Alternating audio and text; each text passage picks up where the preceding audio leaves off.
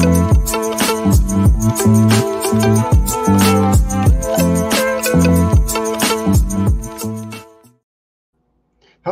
and welcome to Workhorse Wrestling Network. You are gathered with us this morning for the Winner's Circle.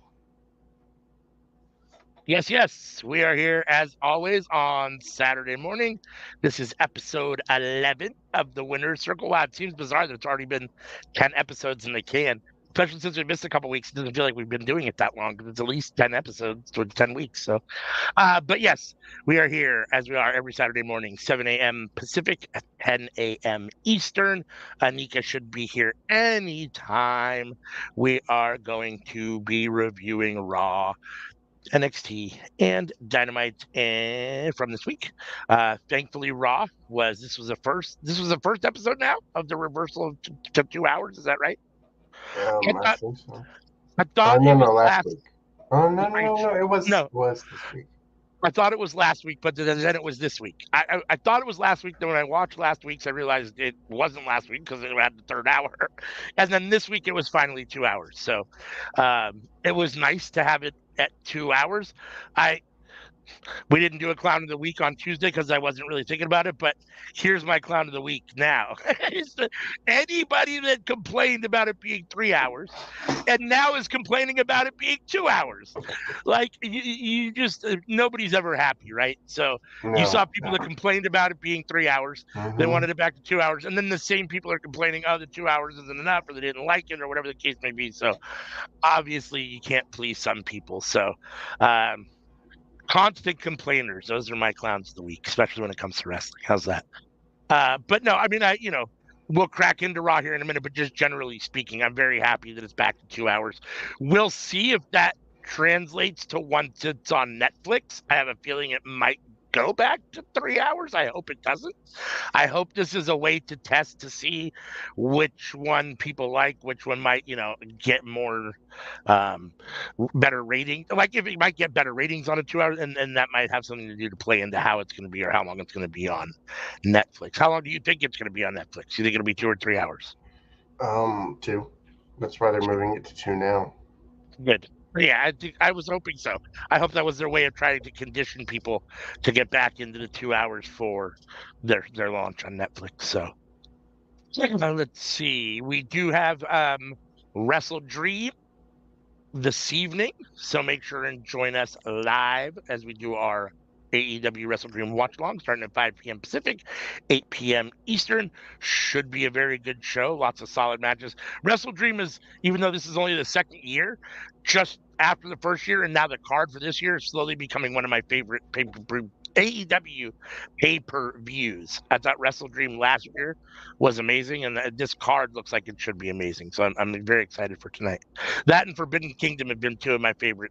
They become two of my favorite AEW pay-per-views. I mean, I like the big four, but those are the big four. I mean, I kind of like the ones that feel like they're a little off a little bit, and you do some extra stuff sometimes. And Forbidden Door, we always have cool matches that I don't expect or don't, and then Wrestle Dream has just been.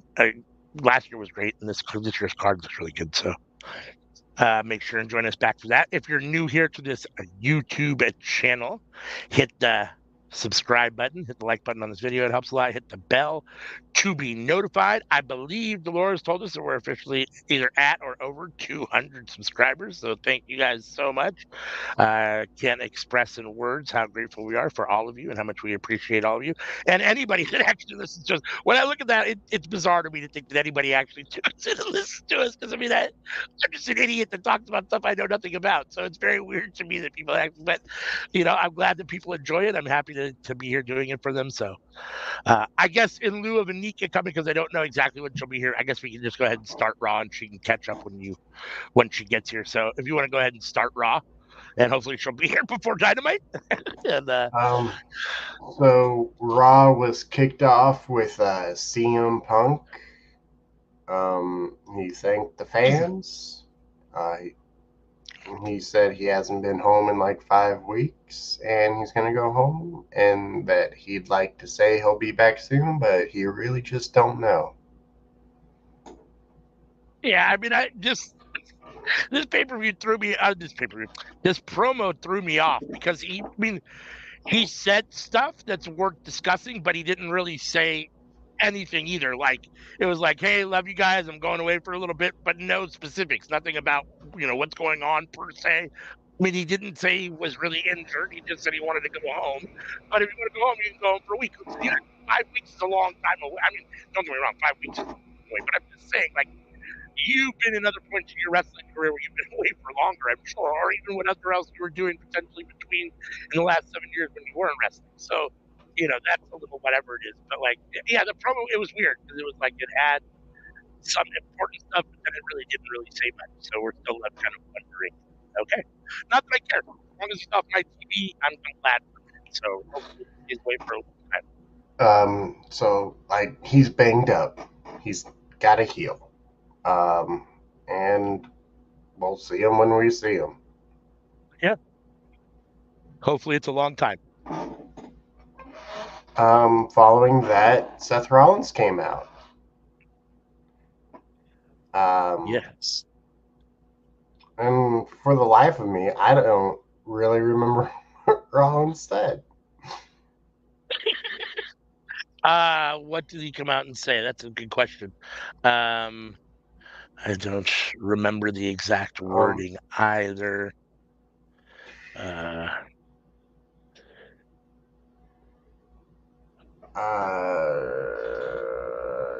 I think he threatened to retire CM Punk.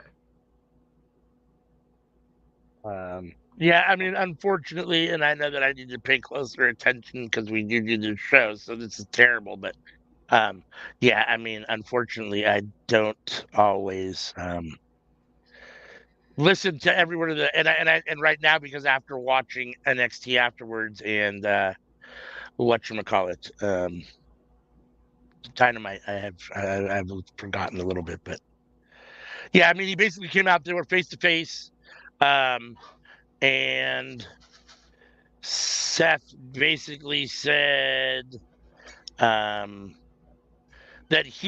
when Punk comes back, he can. I think he said when he's back, Seth will be here and he's got his bone to pick with them, or they'll finish whatever they have to do. But in the meantime, he challenged Bronson Reed to a match anytime and anywhere.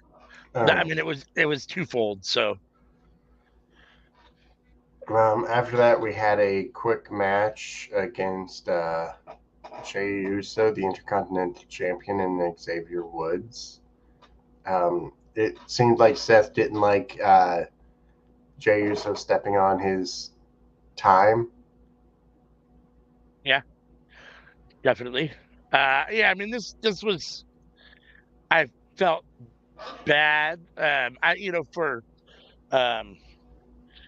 oh my God, why am I having such a hard time this morning? It's early and I'm already stoned. Who did Jay wrestle? I apologize. Give me the name again. Xavier Woods. Thank you. I felt bad for Xavier Woods because I feel like he got kind of squashed out here.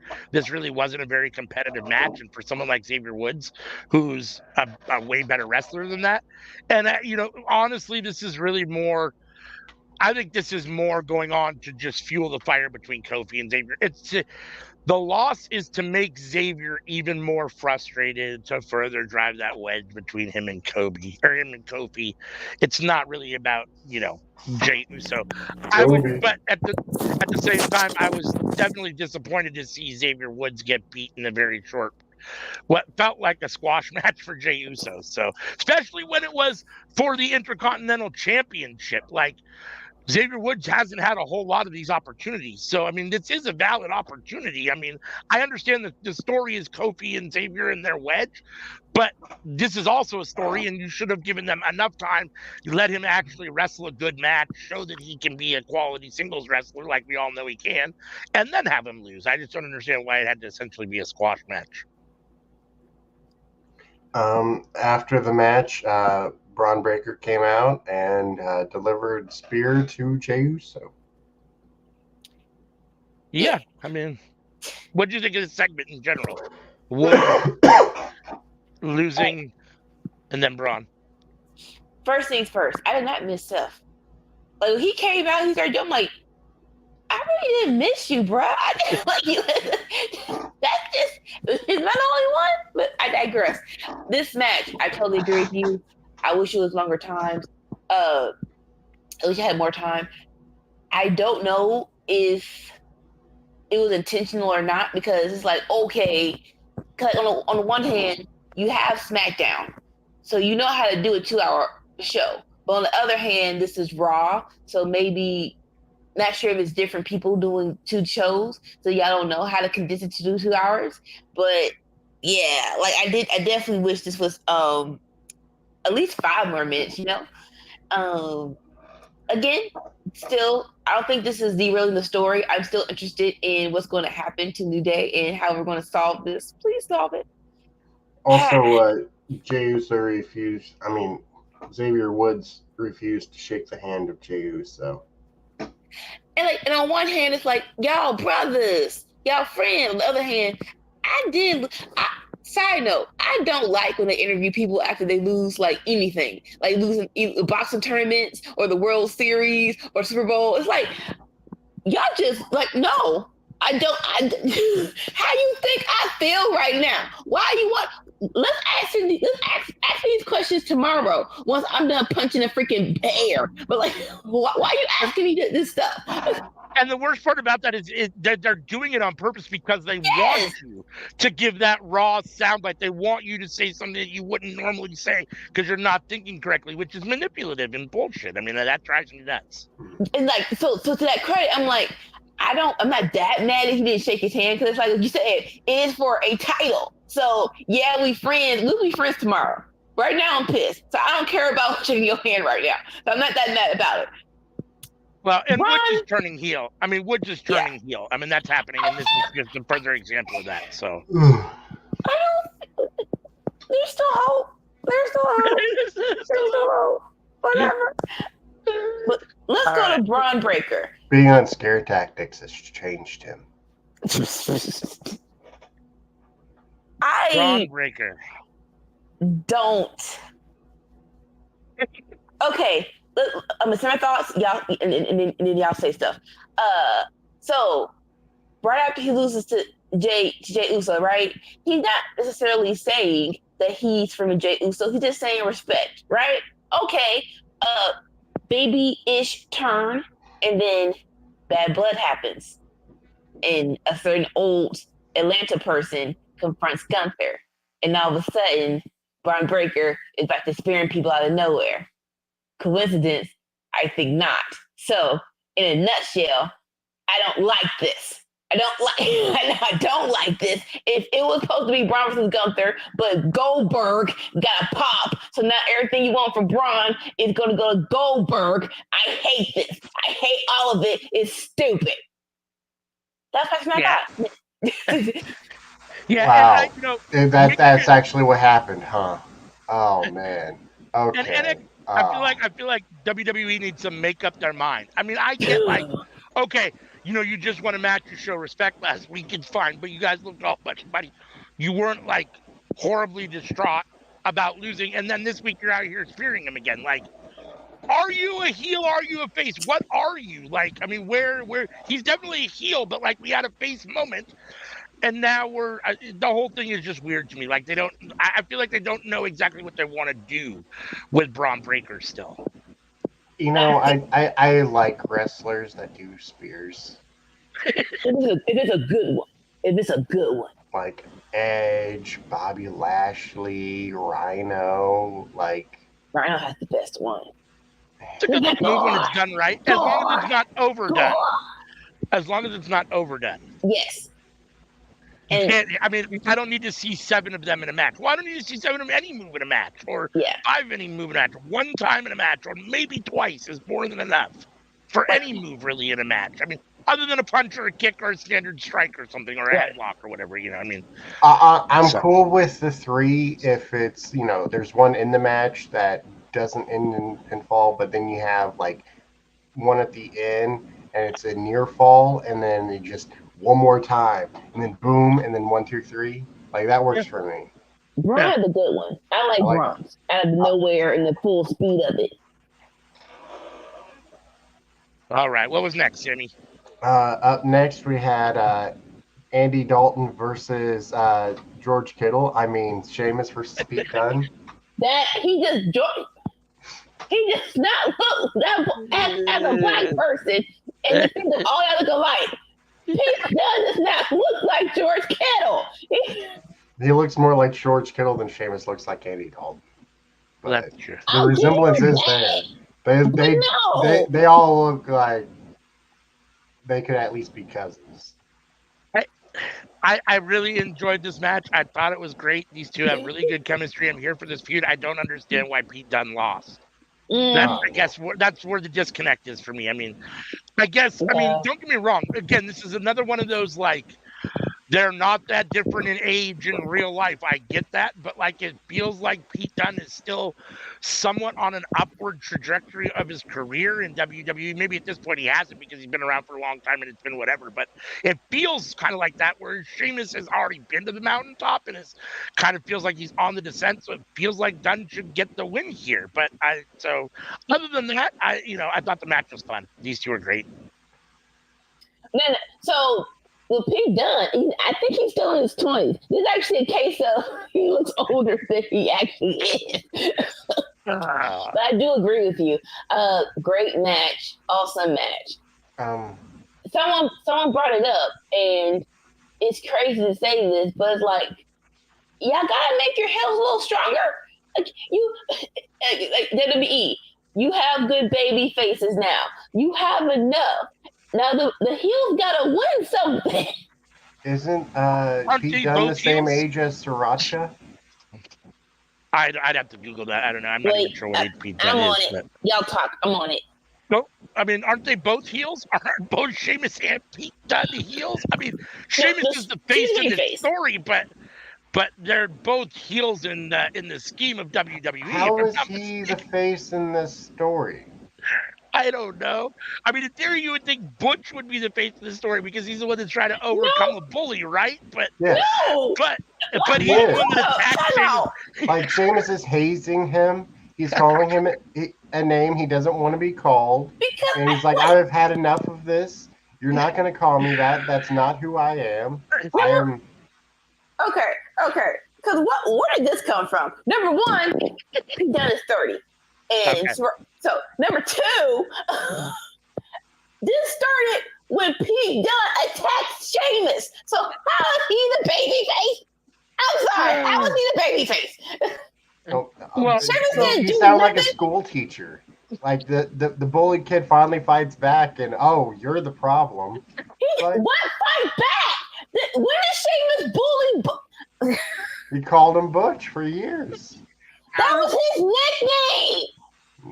Yeah, no, unless you tell me you don't like that name, defend it. That's how you defend yourself. Tell me you don't like the freaking name. And now once you hit me, yes, I'm going to antagonize you and keep calling you that name.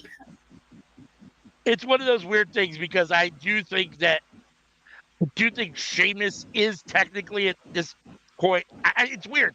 I guess he's a heel in WWE, but yeah, I mean, I see Pete Dunne as kind of the face in this story too, just because he's overcoming the bully. But he did attack Sheamus and start the whole thing. And not only that, but he's been on. I mean, it's hard to call him a face. I mean, you might be able to call him a face in this, but he's been attacking other people too. It's not like he's been on this aggressive thing where he attacked Trick. I mean, it's not just Sheamus. So Pete Dunne has definitely been on a heel spree here, so the whole thing is weird. Great match. Sad Pete Dunne lost. Yeah, I do wish that. So, like, okay, if you want him to, not sure what people's mindsets are, but it's like y'all know this. To elevate people, they have to win. Yeah. That's why Gunther was on a winning spree for 666 days, because if he lost, granted, after 100, you could have let him lose, but you like to build him up. He has to win. So I'm not sure why you don't apply that to other people. All right. Up next, we had a 10-woman tag match. Listen, okay. Let me get this out the way. This was very much so all of the women standing in a row. But I don't think this is a, what you call it? This isn't them not liking women's wrestling. I think these 10 in particular, I'm sorry to say this, aren't that special. Like, now, you do have to build up your women's wrestlers. But out of this 10, Shayna definitely built up Shayna because she's worth it. She is so worth it. I mean, she's but like everyone 43 else, now, but I mean, yeah. Besides Shayna, everyone else. So I think that there's more than that. So like Zelina Vega, she's a great promo. Yeah, she's athletic. I do think I do like all the like references she does with her outfits, like video games and stuff. Like I dig that. It's like, oh, that's Mortal Kombat. You know, right. I like having those moments. No, she is great. She should be highlighted more. I think in the ring though, I'm not sure if it's lack of reps or more reps, but I do think that maybe because like I don't want to say don't chase your dreams, especially when you're in this industry. But I think do what you do best, and then hopefully you can get a match in. It's not like managers or ballets don't wrestle at all, right? But I think she is better as a ballet than in the ring. That's what I'm seeing now. Like I said, I'm not sure if it's because of lack of ring experience or not, because you have to get in the ring to get better. But I'm like, before you get the reps in, how about like please give her a good person to manage, and then when she gets better, let's try the wrestling thing out again. And then there's two other women, Lyra Valkyria. Like she was a good NXT Women's Champion. Feels like there's not much for her on the main roster, but she definitely has talent. It's just utilizing that talent well. That's the problem. I like Lyra. I mean, this whole thing was an indictment of how bad the Raw women's division is, because you have 10 women out there and really all but 2 of them feel like they're all mid-carders. So, and honestly, I don't really care about any of them for the most part. Even the ones you mentioned, I think they're okay, but I don't really care about them. And the last woman is Alba Fire. Yeah. It's an interesting situation. Okay, so here's the thing, right? They do SmackDown every week that's 2 hours. They do NXT every week that's 2 hours. And both shows are fine.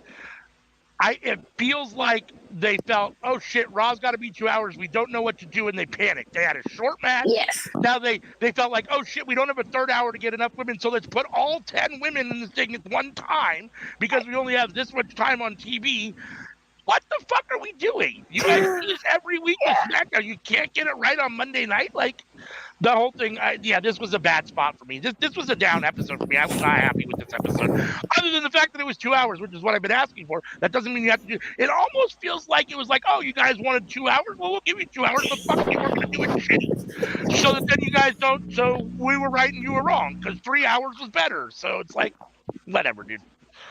And after the match, like, they were by the ring ropes, talking smack, acting sassy, and I was just like, I thought these were supposed to be the baby faces. Yeah. I mean, the whole thing was sassy, still be a baby face. The whole thing was a clusterfuck that didn't do anything for me. Yeah. It's fine. It's moving on.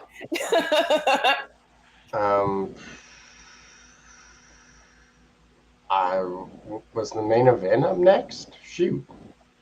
Was it? No, are you? Am I forgetting anything? Well, so I just came in. Little side note moment. Liv and Dom came in with Rhea, and then Cassie was trying to interview them, and they're like, I don't even know why we're here. Can we just go home? Yeah. And then just I'm like, what the? I don't. Y'all are not cool enough for these moments. Y'all are. Also, next week we'll be getting R-Truth versus The Miz.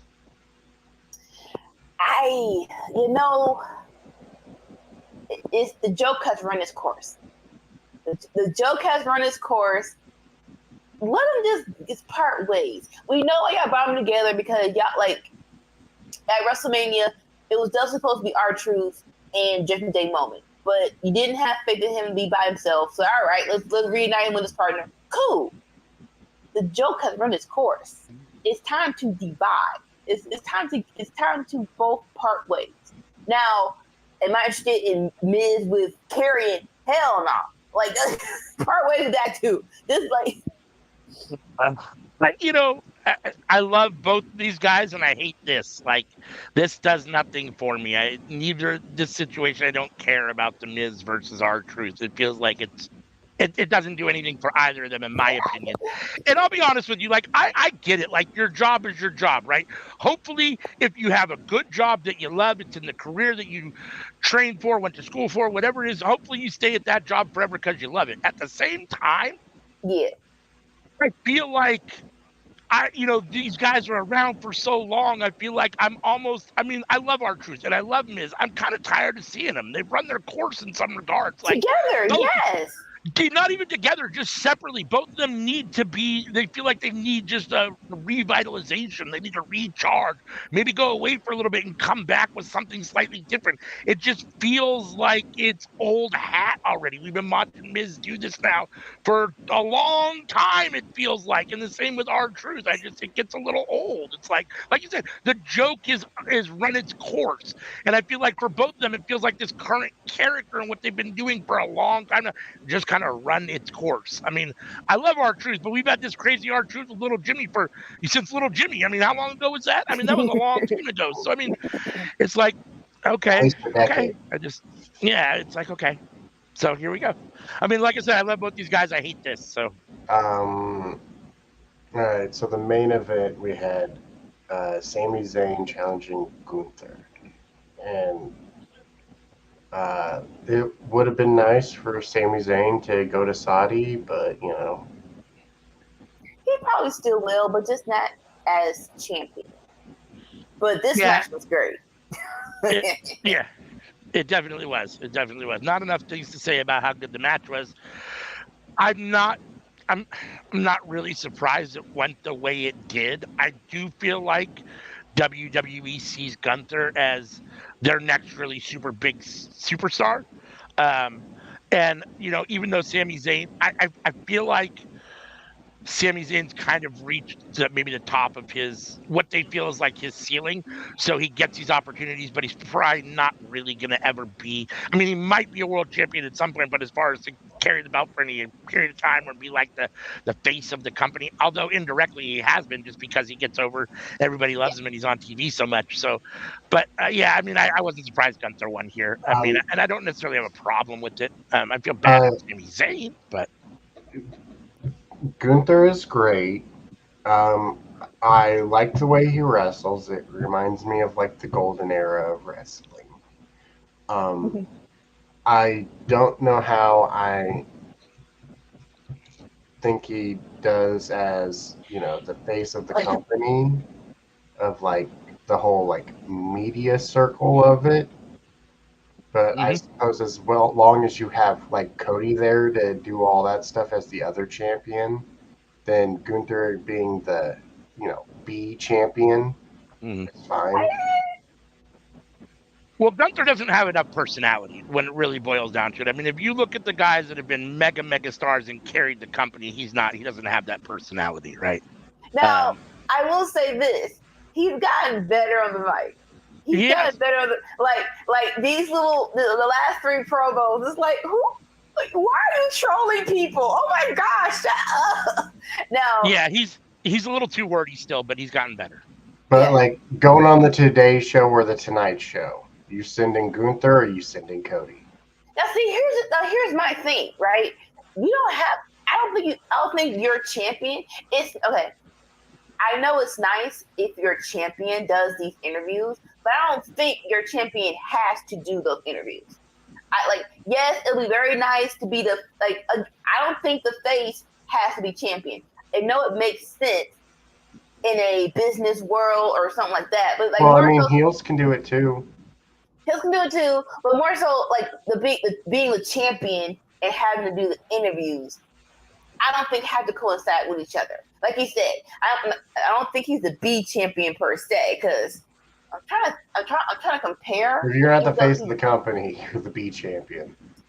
No, not really. So I'm trying to compare reigns, and even though Gunther just got it,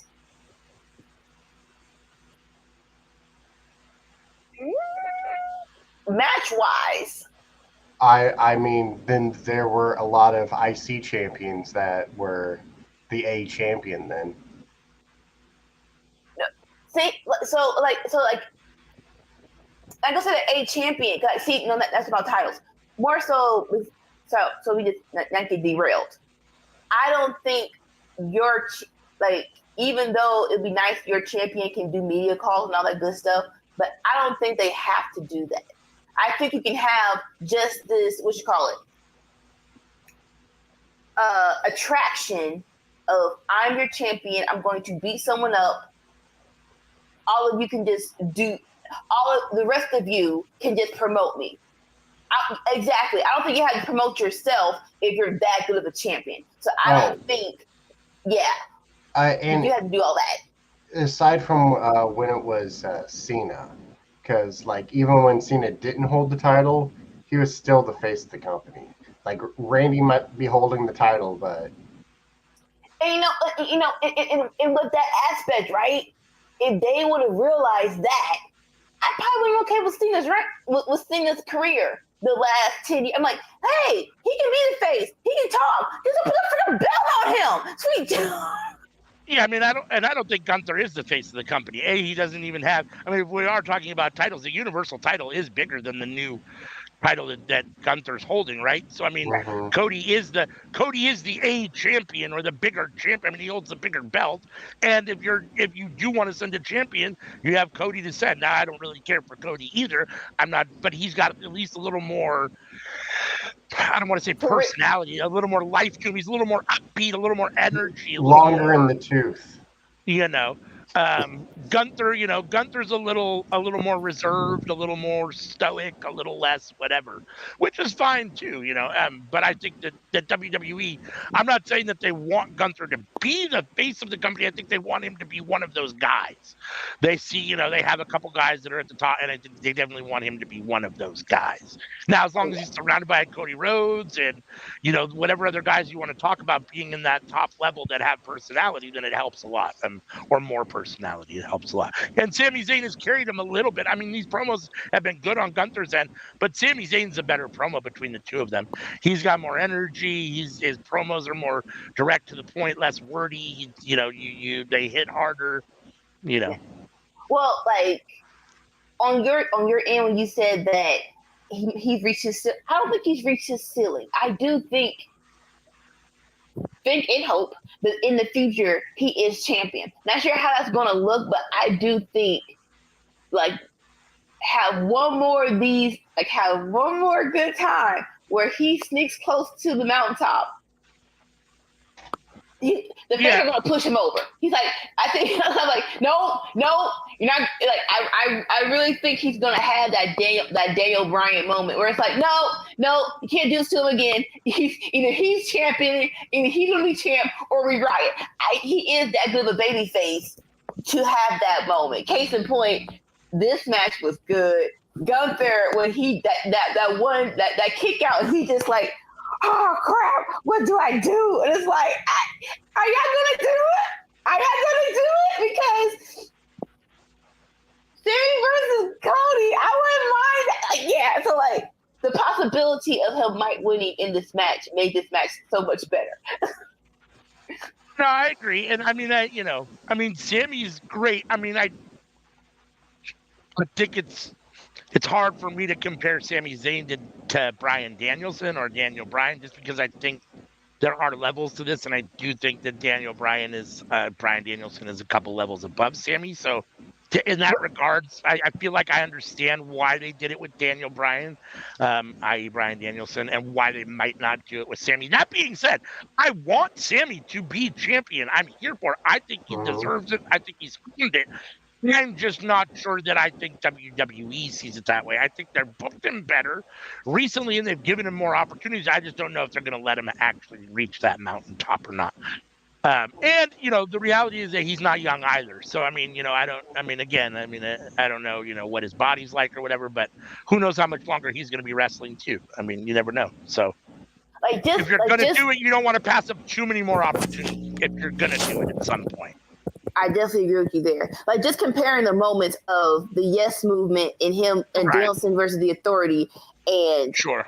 Cody versus Roman, and I mean, it feels to me like it was really close. Y'all really could have let him beat him in Canada. Y'all really could have let it happen in Canada. But that's just me. That's what I'm saying. Like, it feels like if they were ever going to do it, it would have been when he was Sammy Uso and beating Roman Reigns. That feels like that was a more time to do it than this. Not that this is a bad time to do it. It just felt like that was a more right time to do it, and they didn't do it then, which leaves me wondering and questioning whether they'll do it now.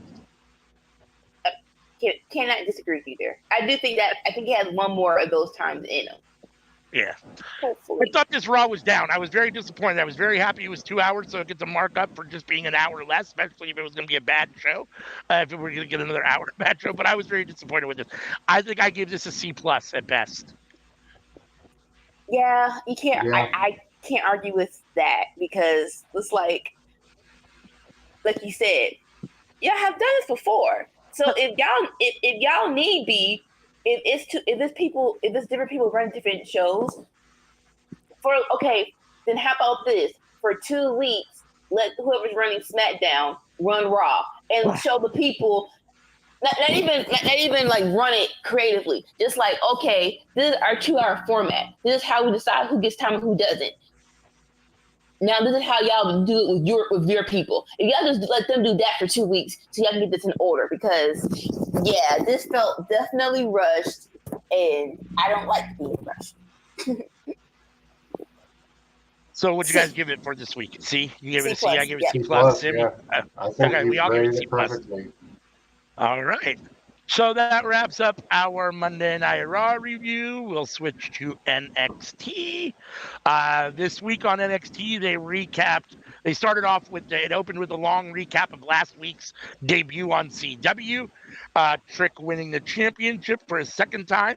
And then the live show starts with Trick in the ring. He is now Tricky 2 times. I don't know how I feel about that. It's not terrible, but it's not the best either. And then, so he's talking about how happy he is that he won. He's excited to be there. He knows that the Sharks are coming for his title. And cue Wesley. Wesley says, you guys saw what I did last week to Zachary Wentz, and I'm coming for that title. And then cue Jey Uso. I apologize, wrong Uso. Jey Uso with his Intercontinental Championship, coming out to just kind of do nothing, I guess. Go whoop that Trick yeet with Trick in the ring. I guess that's what he's here for. I mean, we're on CW and you want to, have, I guess, a star power. So I guess I kind of understand it, but there was no real engagement here. It's not like we got Wesley really like going at it with Jey Uso or anything like that. Jey Uso came down and just celebrated and danced around with Trick. So what do you think overall, the opening beginning? Are you here for Wesley versus Trick? If that's where this is ultimately going? I don't mind it because even though we'll call it developmental for another couple of months, but hey, this is your own show on a national network, so you can't be that way for long. But developmental, you want to get higher in your abilities. So this was a logical call it an upgrade for Wesley. All right, I was North American champion. There's better options available. But okay, never mind. Wait, I'll let you talk. I don't see those whatever as of right now because and if you're talking about Oba, you shouldn't do that just yet. You talk and we'll talk and then we'll discuss. Talk it through. I do think the end point is Trick versus Oba. I don't think you should rush that, especially if you just gave Trick the title back. So in the meantime, between time, Wesley is a very good candidate for being next up in line. We also talk about that after everyone wins, who's going to be the next challenger, and if it's good or bad. I believe this is good. This is definitely good. I do think it would have been. I was like, it would have been cool if you do a tag team, but even with that, with Jay and Trick and Wesley, if you can get a partner, who wins, right? Because you don't want Wesley to lose. He's going to challenge for the belt, but Jay shouldn't lose because he's the veteran and he just won the IC championship. So it really is like, if you can't make the match happen, I prefer you don't do it. So I'm not mad at him not doing anything else, even though it was just like, oh, that was, you just going back, we're just gonna chant. It's cool though, it's fine. Okay, cool. So hopefully next time he comes to NXT, they have a better thing he can do. Like, all right, we rearranged it. Now we know what we're gonna do with you. We can rock out. Yeah. But it was a fine segment. Tammy, was there anything you wanted to say overall about it? It was fun. We had a lot of champions in the ring at once. This is true. That made way to our first match, which was Kalani Jordan, Bianca Belair, and Jade Cargill versus Fatal Influence. As you would imagine, Bianca, Kalani, and Jade got the win. I don't think anybody was thinking that Fatal Influence would actually get the win here. The match was what it was. This was really more of a vehicle for Kalani to get a time, with bigger stars, I think, to see how she does. And I thought it worked well. I think she came off well. I think her stock is rising. I think her having this title is done well for her. She's had a good run so far. Her matches have been solid. And now this showing with Jade and Bianca, I think she held her own. And the only thing I have negative to say about this is I guess fuck Fatal Influence. I mean, we have no idea. Like, they just lose and lose and lose. It's like, okay, so I mean, they're supposed to be a big NXT faction that, but they just lose and lose and lose. So I guess they're just whatever. I mean, there's a job squad at this point. That's how I see them. So Kalani Jordan did get the pin with her finishing move, a little over 10 minutes. So, I thought overall it was fine for what it was. You watch more NXT than I do. Jasmine Nix, is she talented? A little bit. I mean, I think if you're talking about Fallon Henley, JC Jane, and Jasmine Nix, she might have the highest ceiling. Her and Fallon probably have the highest ceiling. I'm the lowest on JC Jane. I think she might have the most personality, but in ring, I think she's the weakest. So they all have their flaws. Jasmine, but it's developmental, so they all need to, they're all in the right spot, still developing. JC Jane feels like she's been there for a long time developing. So, again, maybe she won't ever develop. That was pre-pandemic, wasn't it? Yeah. So I feel bad for Jesse James because, man, it feels like Fatal Attraction with Mandy Rose, her, and Gigi. That was they were ready for main roster.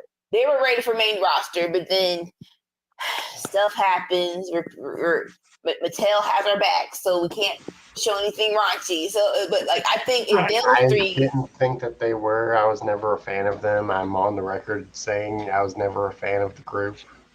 But, I wasn't necessarily the biggest fan, but I do think that they had a spot on the main roster. Yeah, I do still think, and of course, hindsight shows what it shows. I mean, it sounds like I'm whatever, but I do still feel like at the time that JC Jane was the weakest of the three. And I think her sticking around and being the only one to that, now you see she's still in, you know what I mean? I mean, she's not, and she's still basically in the same spot. As well? I haven't even seen Gigi in a while. I'm not sure. I think she's injured. She's hurt? She hasn't been on TV in a while now, so I think she might be out injured. I do think that when they're both there, I think she's a little bit more of a star than JC Jane. So I think you have the least of the stars of Fatal Attraction trying to be the biggest star in Fatal Influence because she's essentially the leader. And so it doesn't really work. I mean, Jasmine Nix has some upside. Fallon Henley has a little bit of upside. But like I said, JC Jane feels like she's been there forever. And if she's going to show it or have it, she would have done it by now. So, I think she's an NXT mainstay, lifer, or she'll go somewhere else. Jasmine Nix and Fallon Henley may at some point get an opportunity on the main roster. I mean, looking at the 10 women that were in the ring, on Monday night. I mean, they can't be any worse than some of those women. So, I mean, in theory, don't get me wrong. Like, I don't want to rob everybody from NXT, and I'm not saying they're ready in their development to go up. I'm just saying, looking at the 10 that were in that match on Monday night, I mean, there's not a lot of difference between some of those women and these two. So, yeah, but you know what? I would flip it because you can tell some people got called up sooner than they were supposed to. So nah, stay right here until we develop your character and you're actually a solid person, a solid performer. We won't get, 100%. Yeah, no, I mean, I'm not advocating for them to go up. I'm just saying, looking at what's up, there isn't that much of a difference. I mean, if those people are up, then in theory you could. But I mean, I'm not here for. The problem is a lot of those women shouldn't be up. A lot of those women should still be down in NXT developing or doing something else. I don't, whatever that is. So it's definitely an indictment of the women's division on Raw. So, all right. So let's see. Then we had Nathan Frazier and Axiom argue over whether Javon is faster than Nathan. And then Randy Orton doesn't care. Orton says Frazier being kind of a hothead isn't a bad thing. So Orton's here for like that, he likes people to be fiery and feisty, right? I mean, Orton's essentially a bad guy when it really boils down to it. So he likes guys to be other bad guys. What do you think of this little segment? Does this do anything for you? Was it fun to hear them talk about who's faster, Frazier or Evans, and then have Orton make his little cameo? This was cute, and I agree with Orton. Like, hold up, friend. I don't like that when your friend, like I'm supposed to be your friend. Like, you didn't have to put in he's faster than Nathan. You could have just said he's really, really fast. You didn't have to put in he's faster than me. I'm your friend. It's like a teammate. Check them out. We might lose because they're so good. Keep that in your thought pocket. Okay? Even if you think it, you ain't gonna tell other people about that. That stays in-house, sir. So, like, if we're getting Nathan versus Devon, I'm here for that. But, like, all in all, I do love when a main roster person comes. We're talking about, like, them not just being here for spots. Let them actually service as somewhat, like, giving advice and stuff in the back. Because I think, again, it's developmental. You're supposed to be helping us get better. So, this was cute.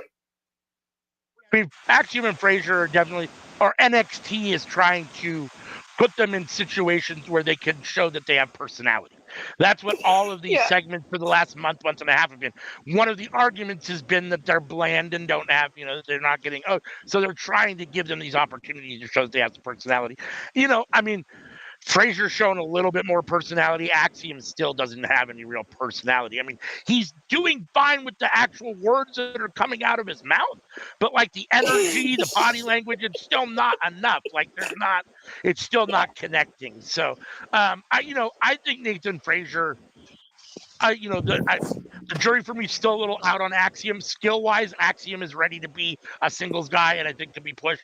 Nathan Frazier, I think, is a good talker and has personality and a very solid wrestler. I think he could be pushed as a singles wrestler. I would enjoy that. So, but I mean, who knows? I guess we'll end up seeing what ends up happening. But Julia is giving a little promo, and she's interrupted by someone we don't see, and Julia refers to her as my old friend.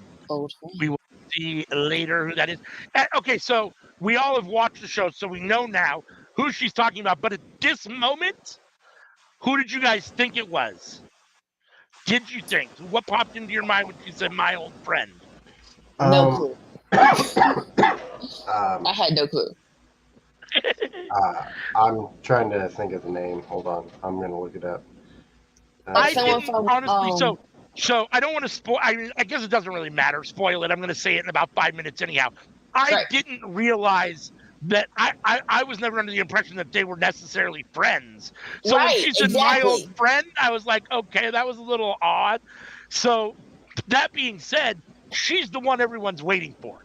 So anytime they talk about someone or they give like a hint about someone making a debut or surprise appearance, I'm always thinking it's going to be her. So naturally I thought it was her, but then it threw me off with the old friend part. So I guess maybe they have a relationship. I'll be totally clear, totally full disclosure, I don't know that much about either women. I've seen maybe 5 to 6 I've seen maybe 5 to 6 Julia matches, so I know she can really wrestle. I've seen, I think, 2 Stephanie matches. I've never really watched any show that they were a part of or seen a storyline that they were really a part of or any of that. So this is all new to me in some regard. So, I was thinking it might have been Mako Satomura. okay. Oh. That's where my mind went to when she said friend. I was like, oh, maybe it's her. I don't know if they had connections in Japan, but like that'd be cool. That would have been cool. Okay. All right. Next, we get Roxanne Perez in the ring. And she is very happy to tell everyone how disappointed they are that she is still the NXT Women's Champion, and that she did what she told everybody she was going to do, which was beat Julia. Needless to say, she doesn't mention Cora Jade really helping her, but then she does say, I do have an old friend that's back. We have a good relationship. And Cora Jade comes down. I'm sorry. Cora Jade comes down to the ring, and they whatever. But they're still, you can tell that even though they're talking like friends and they do have a friendship, Cora Jade wants that belt, so you can feel a little bit of a rub. And then cue Julia. And here comes Julia. And so she has some things to say. And she basically says, I'm not alone. And here we get the visual debut for the first time, I think, on NXT, Stephanie Vicker. And here she is with Julia. I mean, I don't know. I guess maybe they're trying. I mean, Julia did say my old friend. And they do come in the ring. They have a little bit of fight with Cora Jade and Roxanne Perez, in which they end up standing tall. And the moment where both have one end of Roxanne Perez's NXT Women's World Champion, which shows you that they're friends, I guess, to a certain extent, but that ultimately they will be battling over that title as they both each have a hand on it. I mean, I think this was okay. I mean, I enjoyed it. Anytime Julia's on the screen, I'm kind of happy to see it. I'm here to see more Stephanie. I like Roxanne. Cora Jade's one of these things is not like the other. I apologize. But she feels very out of place here. I mean, I never saw her with this even before as any kind of main event person, and now that she's back, that hasn't changed. So she feels out of place, but it is what it is. I understand that Cora Jade and Roxanne have a connection, so I guess that feels natural. But she feels out of place here, in my opinion, in these 4. So, but I thought the segment was fine, and the introduction of Stephanie was fine. What do you guys think? Like you said, it was fine. I want to know if this was if any of this was influenced by CM Punk. Because we know that his girls are Cora Jade and Roxanne. So I wonder if he kind of was like, hey, I think this would be a good spot for Cora. Like not saying that he instrumented the whole thing, but he was just like, hey, instead of doing X, Y, and Z, let's do W, X, Y, and Z. Because, like, in my mind, this would have been so much better if Stephanie Vicker was Roxanne's friend over Cora.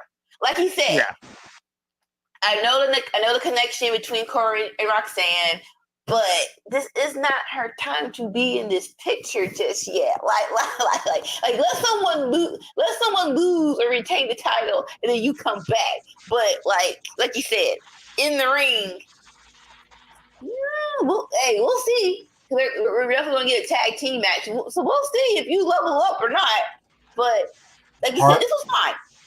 Part of me is thinking, like, instead of Julia or Stephanie being the next champion, it's going to be a brief moment of freaking Cora Jade turning on Roxanne, becoming the champion, and her losing the title to either Stephanie or Julia.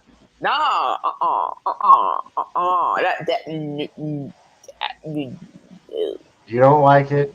I don't like it, but like. Listen, I know what I said about CM Punk being, but this is still HBK's show, and HBK is like, if you're not ready, we can tell when HBK is like, you're not ready, because he will drop that belt to someone else in a minute. Case in point, Tiffany Stratton. Like, all right, you hurting people. I'm getting the belt off you. Mandy Rose. Okay, you're not that good, so no one-on-one matches. They're gonna be triple threats and 4-ways. And so like you can tell when he's like, I still gotta have the best be on top. So like I said, this is a Secret Slim moment. Now if she when they do this tag team, if she looks like she's improved, we'll see what happens. But right now, I don't see who are getting that belt before Julia or Stephanie. That's just me. I mean, if she's a very short-term transitional champion, I still don't like it, but I guess it is what it is. I don't think she should be beating Roxanne Perez for that title. Cora Jade doesn't feel on that level. I don't want her to have that moment or that push at this point. I feel like she shouldn't be getting that. So it is what it is. I mean, if she beat her and had it for a week and then, Stephanie or Julia took it, I mean, I guess as long as it's very short and maybe in her first defense she loses it, it is what it is. But Right. yeah, I mean, I'm not a big I'm not a Cora Jade fan at all, if you couldn't tell. So, but we have the No Quarter Catch crew. Ren says she'll find out what Stephanie McCoy is all about next week. So I guess we're getting Ren Sinclair versus Stephanie McCoy in what will end up being a squash match, I'm sure. It's Stephanie's debut match on NXT. They're not going to give her, I mean, that's why she's wrestling someone like Ren Sinclair. It's unfortunate for Ren because I do think that Ren does have some talent, and I don't necessarily want to see her get fed to Stephanie, but you got to wrestle somebody. So, I mean, take your pick, right? I mean, so it is what it is. Charlie says that's great for her and continues to walk along. He doesn't really show much. He's frustrated with Red and she's annoying and she's driving him nuts. He runs across Lexis King, who's still upset about getting beat by Ora Mensa. He asks if they have an idea for a match where Ora can't cheat. And Chuck tells him about the Admiral Lord Mount Evans match. Lexis says, I don't do rounds. And Charlie says it's a gentleman's battle. So I guess at some point we're going to get Ora Mensa and Lexis King in some weird match that was described to him by Charlie Dempsey. So, okay, it is what it is. Anything about the No Quarter Catch Crew segment you want to say? Talk about? I'm here for it. I'm here to see if this works out. I'm like, let's just see. Like I said, like sometimes you just gotta put two people together and see if magic happens. So far, I'm interested. Yeah. Sammy, anything you want to say or no? At this point of the show, I was like, man, this is a long show. I guess. Are we near the end? And then looked at the time. It's like, oh, we're not close to the end at all. Ouch. Well, that's an indictment of Sammy's opinion of this week's show. So we'll go ahead and move on. We had Tony D in his second attempt at the North American Title Championship against Oba Femi.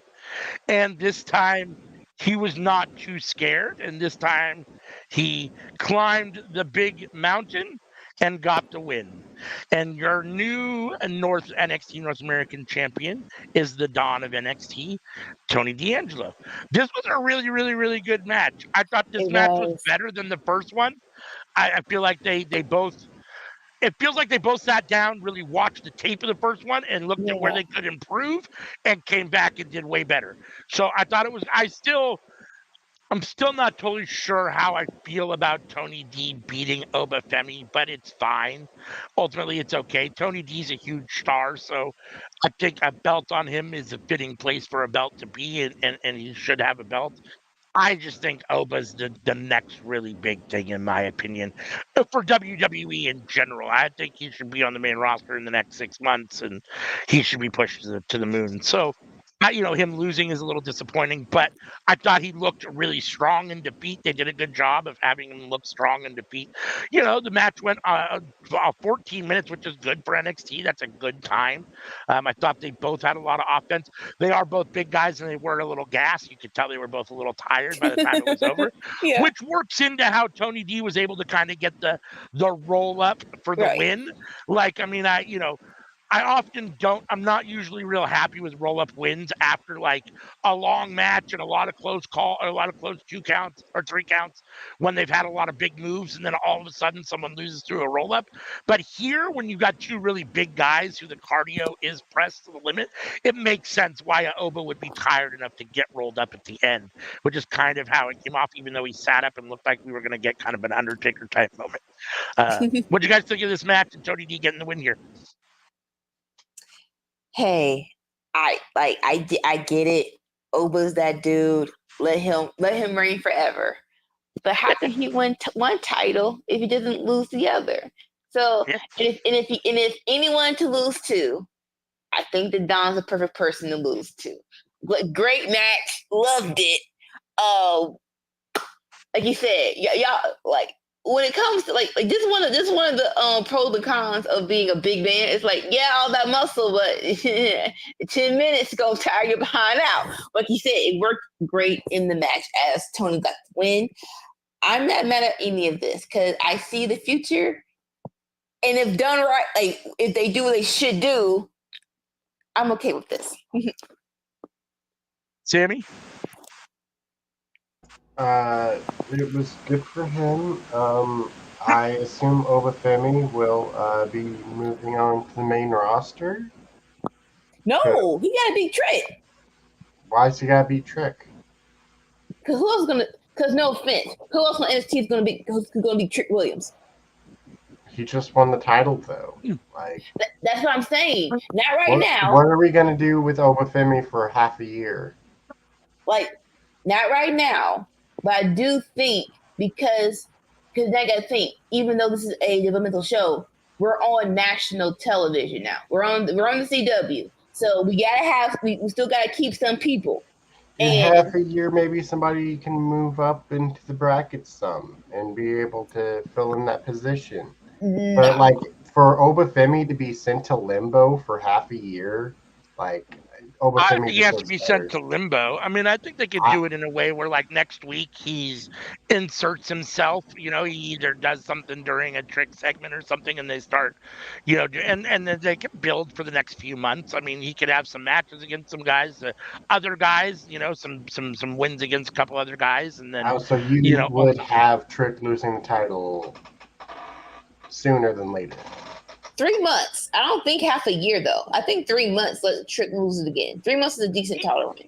Yeah, I mean, anywhere between 3 to 6 months is more than fine. It's not the first time he's had it. It's already his second run with it. And, you know, depending on how long he stays on NXT, maybe they'll put it on him a third time. I mean, it doesn't have, I mean, I definitely don't need a Gunther run or a Roman Reigns run. I mean, we don't need anything like that with Trick Williams. I mean, I don't think he's that good that he should just be. Now, if Obafemi had the title, then maybe you could give him that kind of a run because he's that good and he's that big and that kind of guy that you like, how's he ever going to lose? But Trick doesn't give up that air. So, yeah, I mean, I don't necessarily have a problem with that. I mean, I think 3 to 6 months is more than especially on a developmental show when you have a lot of guys that could benefit from having that title and at least an opportunity to show what they can do with it or to see how, you know, it plays out with them having it. So, yeah, I mean, I think 3 to 6 months is a good little. And I like Trick, but I'm not like the biggest Trick fan. So there are other guys I like more. I mean, I like Tony D more. I like Obafemi more. I honestly like Wesley more. So any of those 3 guys with the title, I'd be fine with, you know. And then if Oba takes it from one of the other 2, I mean, obviously Tony D just won the North American title, but wouldn't be the first time they put 2 belts on other people. Plus, you got to remember Ethan Page isn't gone, even though he was on Monday Night Raw. He's still not gone. He wants his rematch. So, I mean, who knows what happens there. So, I mean, I think you could put Oba, you know, Oba could wrestle Ethan Page. He could have a little thing with Wesley because they're all going for the same title if Oba injects himself into that Trick story in the title picture. So I think there's room for him. Let's see. We got a video last week of Lola Vice and Jada Parker arguing and ultimately brawling backstage. Then to the live show, or the whatever, a live action, I guess. Lola tells Ava she wants Jada. Ava says Jada wants her too. She answers the phone. And she says, send her in. And Nikita Lyons comes in. So apparently Nikita Lyons is back. I'm sure much to the dismay of CM, who can't stand her. but Nikita Lyons appears to be back. Lola says she has Done. business with Ava, and Nikita says relax and chill. It ends up leading to a match being sent between Lola and Nikita for next week. What do you think of this little segment? Are you happy to see Nikita Lyons back? Do you care? Does it do anything for the women's division? And what about Lola versus Nikita? This girl is coming back in at the time when the NXT women's division is the hottest it ever was. At least I think. And like, listen, she was a flash in the pan. She came in when NXT's women division was at its very lowest. And yes, people like latched on to her during that time, but this That's time her is not booty. that time. So I do agree with you there, but on the flip side, I do think. Listen, I am somewhat with CM where it's like, girl, I need you. You doing too much, and this is not your culture. I will say that. But as a WWE superstar, she is very fatal influence. So she is somewhat needed, at least for the mid card. For the mid card, she's somewhat needed when it comes to the personality department. I can't even front. So I think this is the perfect spot for her. I'll say that. I think this is the perfect spot for her. I don't think she should be either Lola or Jada, but I think this is the perfect spot to debut her. And we'll see what happens. I mean, Nikita feels to me like Fallon Henley, like JC Jane, like Jasmine Nick. She's kind of on that's how I feel about her. She's kind of on that same level. So, I mean, she's definitely solid mid card. She can, she's not untalented and she has a little personality. I don't like her, but I mean, they let's just say the NXT women's division doesn't necessarily need her at the moment in any way, shape, or form, but I don't think it hurts them either. It does bolster their mid card a little bit. So, and right now, like Sammy said, the NXT women's division is with the arrival of Stephanie and Julia and Roxanne there. I mean, it's about as hot as it's ever been. So, I mean, other than maybe back in the day when you had Bailey and Sasha and them there. So, next, we had Kalani Jordan, again, backstage with Bianca and Jade, talking about how she knows Fatal Influence isn't done. Then Lash and Jakara come out, and they want a match again for the Women's Tag Team Championships. And Bianca says, well, come on to SmackDown. So, you guys can tell me, did we get that match on SmackDown? We did. So, okay, so this is how it went down, right? So they came out. Jakara and Jade, Jakara and Lash came out. Jakara and Lash Legend came out. Look. Even though Metaphor is a bad name, I love their entrance. That entrance is so cool to me, right? Unfortunately, this spot they want to use this time for a rogue KO to come out and try to plead his case. To come out, no. So he's like, I'm sorry, ladies. I'm sorry to interrupt you, but the truth has to be told. They do the whole cut the mic off thing because again, he's not supposed to be there. Then he goes to commentary with the mic, and basically they do that whole segment of KO comes out, Cody comes out because you want to fight. Then Ray tries to separate them, and KO accidentally elbows Randy. Randy punches KO. Go to commercial break. We come back. We do have the match. So. It was a little fast. But for me, Jakara and Lash Legend definitely maximized their time. Like, oh, as a team, this should work. This should definitely work. Of course they lost because, like, come on. But as a tag team, they should definitely work. I'm just glad that they actually realized, oh, we did tell y'all the women's tag team divisions goes to all three brands.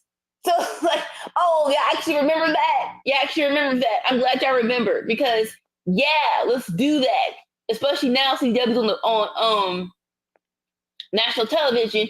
Let's get this is a great way to insert Jade and Bianca because they're the champions. So people on NXT wants a shot. There you have it. So I am glad that I actually remember that the women's tag team division, the champions, can go to all 3 brands. And I like that it helps weave kind of NXT into storylines that are main roster show storylines because it helps just raise the profile of NXT in general. The more they're involved, the more their profile rises. So, anything you wanted to say, Sammy, about this backstage segment in the match on SmackDown? I mean, you don't have to. You can just say no. Yeah, no. No.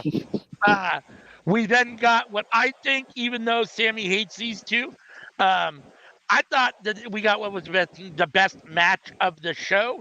We had the NXT Tag Team Champion match between Fraxium and A-Town Down Under. Fraxium got the win a little over 10 minutes. This match started in fucking 4th gear and ended up in like 8th gear. I mean, the pace of this match was insane. I mean, if it was so fast, I had trouble keeping up at some point. So, that being said, I thought the in-ring work was really, really good. All 4 of them showed off their athletic ability. All 4 of these guys are highly athletic. Grayson Waller is my least favorite of these 4, but he's still, he's still a talented guy. Fraxium did get the win. I'm glad that Frazier and Axiom got the win here. I don't necessarily need A-Town Down to be NXT champions. In fact, I need A-Town Down to split up and Austin Theory to have a singles push like he should have. But in lieu of that, this was fine for what it was. What did you guys think of this match and segment?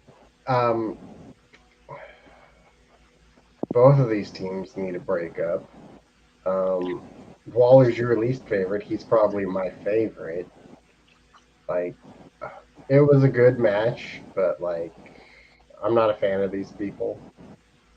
Let me go, because I'm not sure why you hate Axiom so bad. Like, I like that this tag team is not gonna say low expectations, but you definitely get surprised with every tag team match they have. We're just like, oh shoot, here, let's freaking go. And like you said earlier, in ring wise, Axiom and Nathan Frazier have what it takes.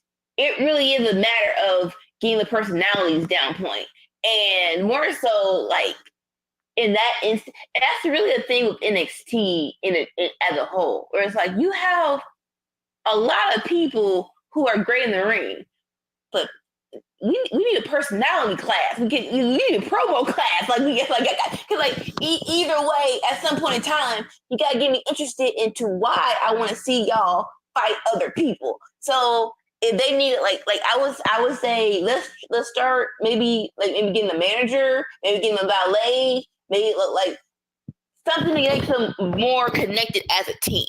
But this match was great, and like again, came in like cool. Let's snap, let's go. I remember hearing that back in the day, the best in promo class when they had promo class was FTR. I can believe that. That's funny. Yeah, I can do that. We had a video, or I guess NXT Focus this week recapped Ridge's feud with Chase U. Then we had a live interview with Ridge talking about how he's running through Chase U. He says it's the price they paid for being mediocre. And then Riley Osborne attacks him, and the officials break it up. I'm not even going to ask you guys how you feel about this because I don't care, unless one of you actually wants to talk. I was just going to move on to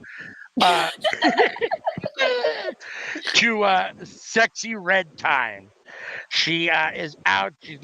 She's performing one of her tracks, and Ethan Page Missouri's own. Missouri's own Sexy Red. I apologize on behalf of Missouri. No. You have to claim her. You're a Missourian. You have to claim her. No, don't do that. Don't do that. I apologize. Get it sexy. Literally, you said the name Sexy Red, and their viewer count went down by 2. Get it sexy. He said, "Ma'am, your concert is canceled." Woo! That's what she gets for interrupting him on Raw. That's what she gets for interrupting him on Raw. So again, I don't want to really talk too much about this because it is what it is. But I do. I just want to say I like the tying of NXT to other stuff. This is a holdover from Ethan Page coming on to Monday Night Raw after losing the title. Sexy Red kind of interrupting him. So this further just draws those storylines and keeps NXT in line with those shows. So I do like that. Let's see. What else did he say? Look. In defense of St. Louis, we gave y'all Nelly, and y'all wouldn't have the song "Everybody in the Club Getting Tipsy." Like, I think we get a pass for like giving y'all. How can you a pass? Like, I think we get a pass. Like, we're giving you great stuff. Like, it depends on who you ask. he doesn't like the song "Everybody in the Club Getting Tipsy." I mean, I don't dislike the song. I don't have a problem with it. I mean, I wouldn't say it's one of my favorite songs, but it's not a bad song. I mean, no, when I'm talking about Sexy Red, I'm like, depending on who you ask. Sexy Red is famous, like she turns for a reason. Okay, now. Yeah, I mean, she's famous. I mean, she's a celebrity for a reason. There's people that like her. I mean, no doubt about it. Everybody knows some people stuff. Brown. Did you? Okay, yeah, we're not gonna. Okay, Ethan Page. It's a line song. Ethan Page says he hasn't been champion for a week and everything's falling apart. Trick has his title. Sexy has a concert. Wesley thinks he's the number one contender. And Javon thinks he can fight in the main event. Paige says, I'm not going anywhere until I get my rematch clause, so don't get excited. I'm still here. It's still the age of, or the era of ego, I guess. What do you guys think of this Ethan Page promo here, ultimately? Glad it didn't. I didn't know what I was expecting, but I am glad that he didn't drop totally down after he lost the championship. You know what I'm saying? It's like, no. Right. He's still a top star.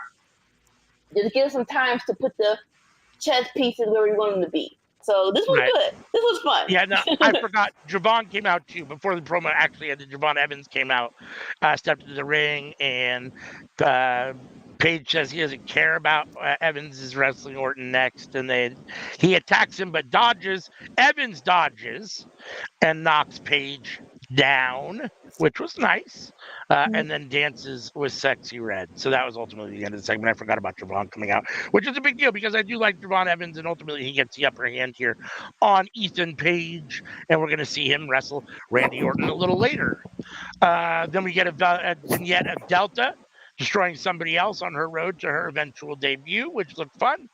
And then we are basically in the main event. It's the main event match of the night. There is a little segment after the match, but the main event match of the night is Randy Orton versus Javon Evans in a really solid match. I don't think anybody really thought Javon was going to get the win just because it's Randy Orton and he's on NXT. That being said, Javon had a really good match. I feel like Javon should maybe get a win.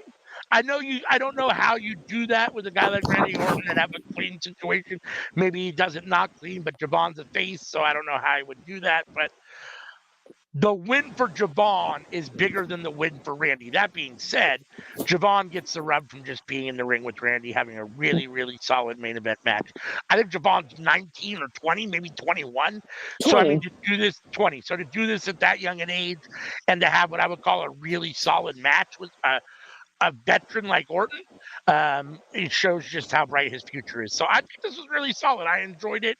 I was obviously ultimately disappointed with Randy getting the win, but I liked it. It was very good. Happy to see Javon shine.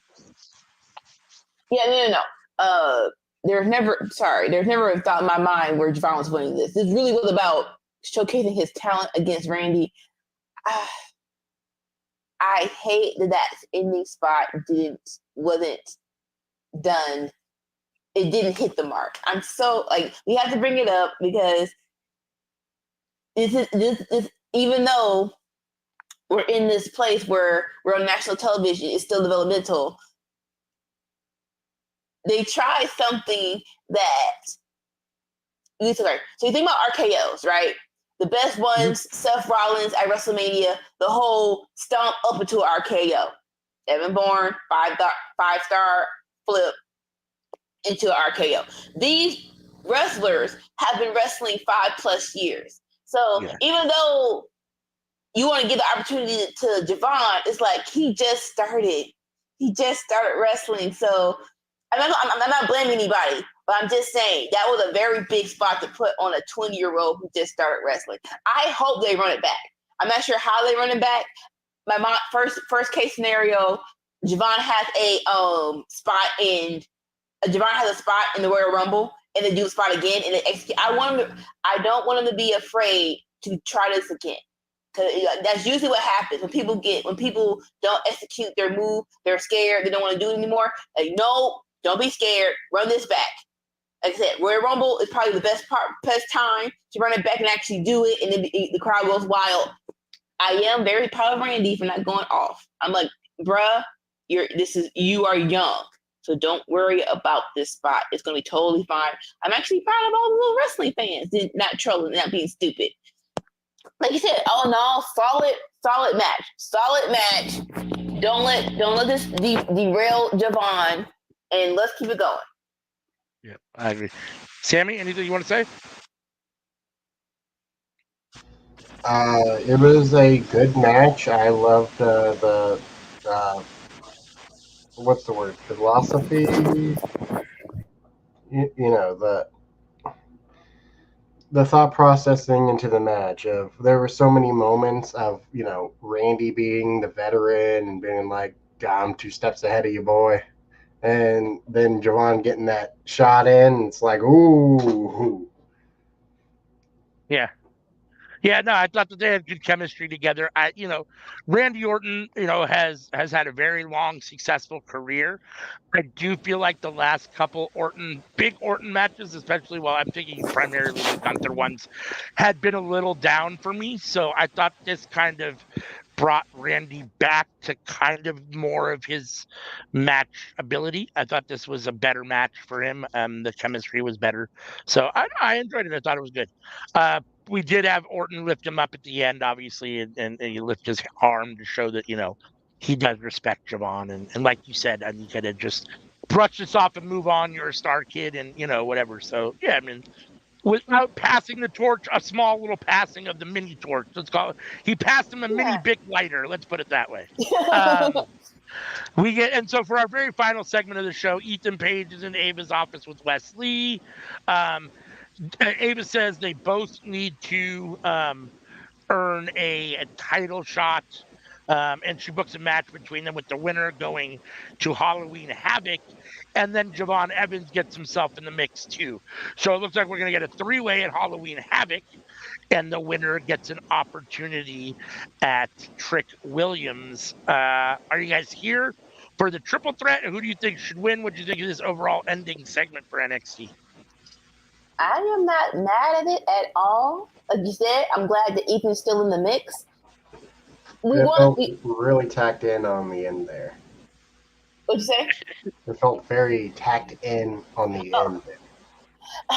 NXT does this from time to time. Where it's like after a big match or a big segment, they do a backstage thing. It's like, was this needed? You really could. I'm like, all right, fine. But like, to say who I want to win. Sir. Hey. Sorry. Hello, welcome in, Tom. Thanks for joining us. I want Wes Lee to win. Very again, I think.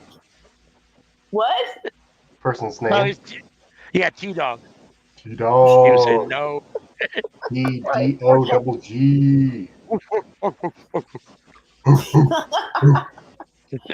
But no, right. I think Wes Lee is refreshing enough to be Trick Williams' first challenger, and then we'll run everyone else back. But yeah, let Trick Lee. Sorry, let Wes Lee.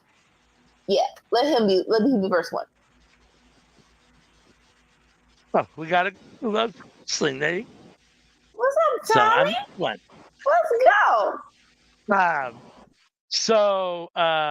Yeah, no, I mean, I always find it weird when they end with these kind of segments. I thought that the show probably should have ended just on the match with Randy and Javon, and that would have been it.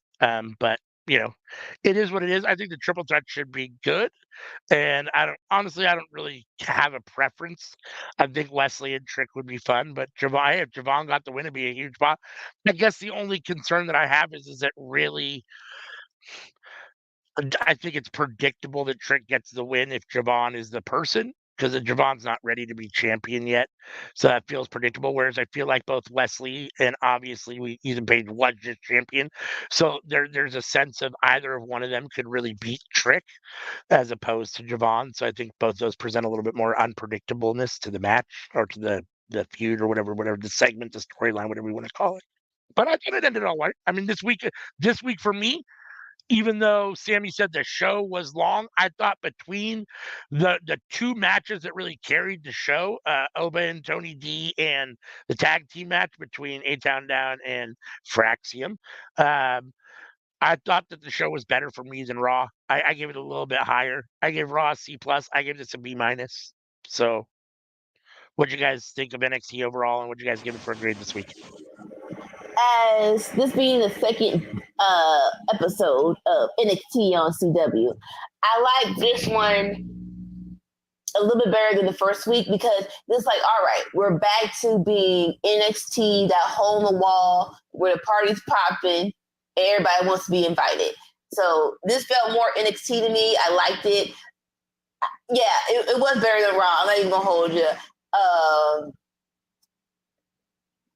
B minus. It's crazy because it's like I'm trying to compare matches, and it's like Sammy and Gunther was great, but one match can't beat two, I guess. So yeah, B minus. Sammy? Now you see, I would have given it a B if it didn't have Sexy Red in it. So B minus. Huh?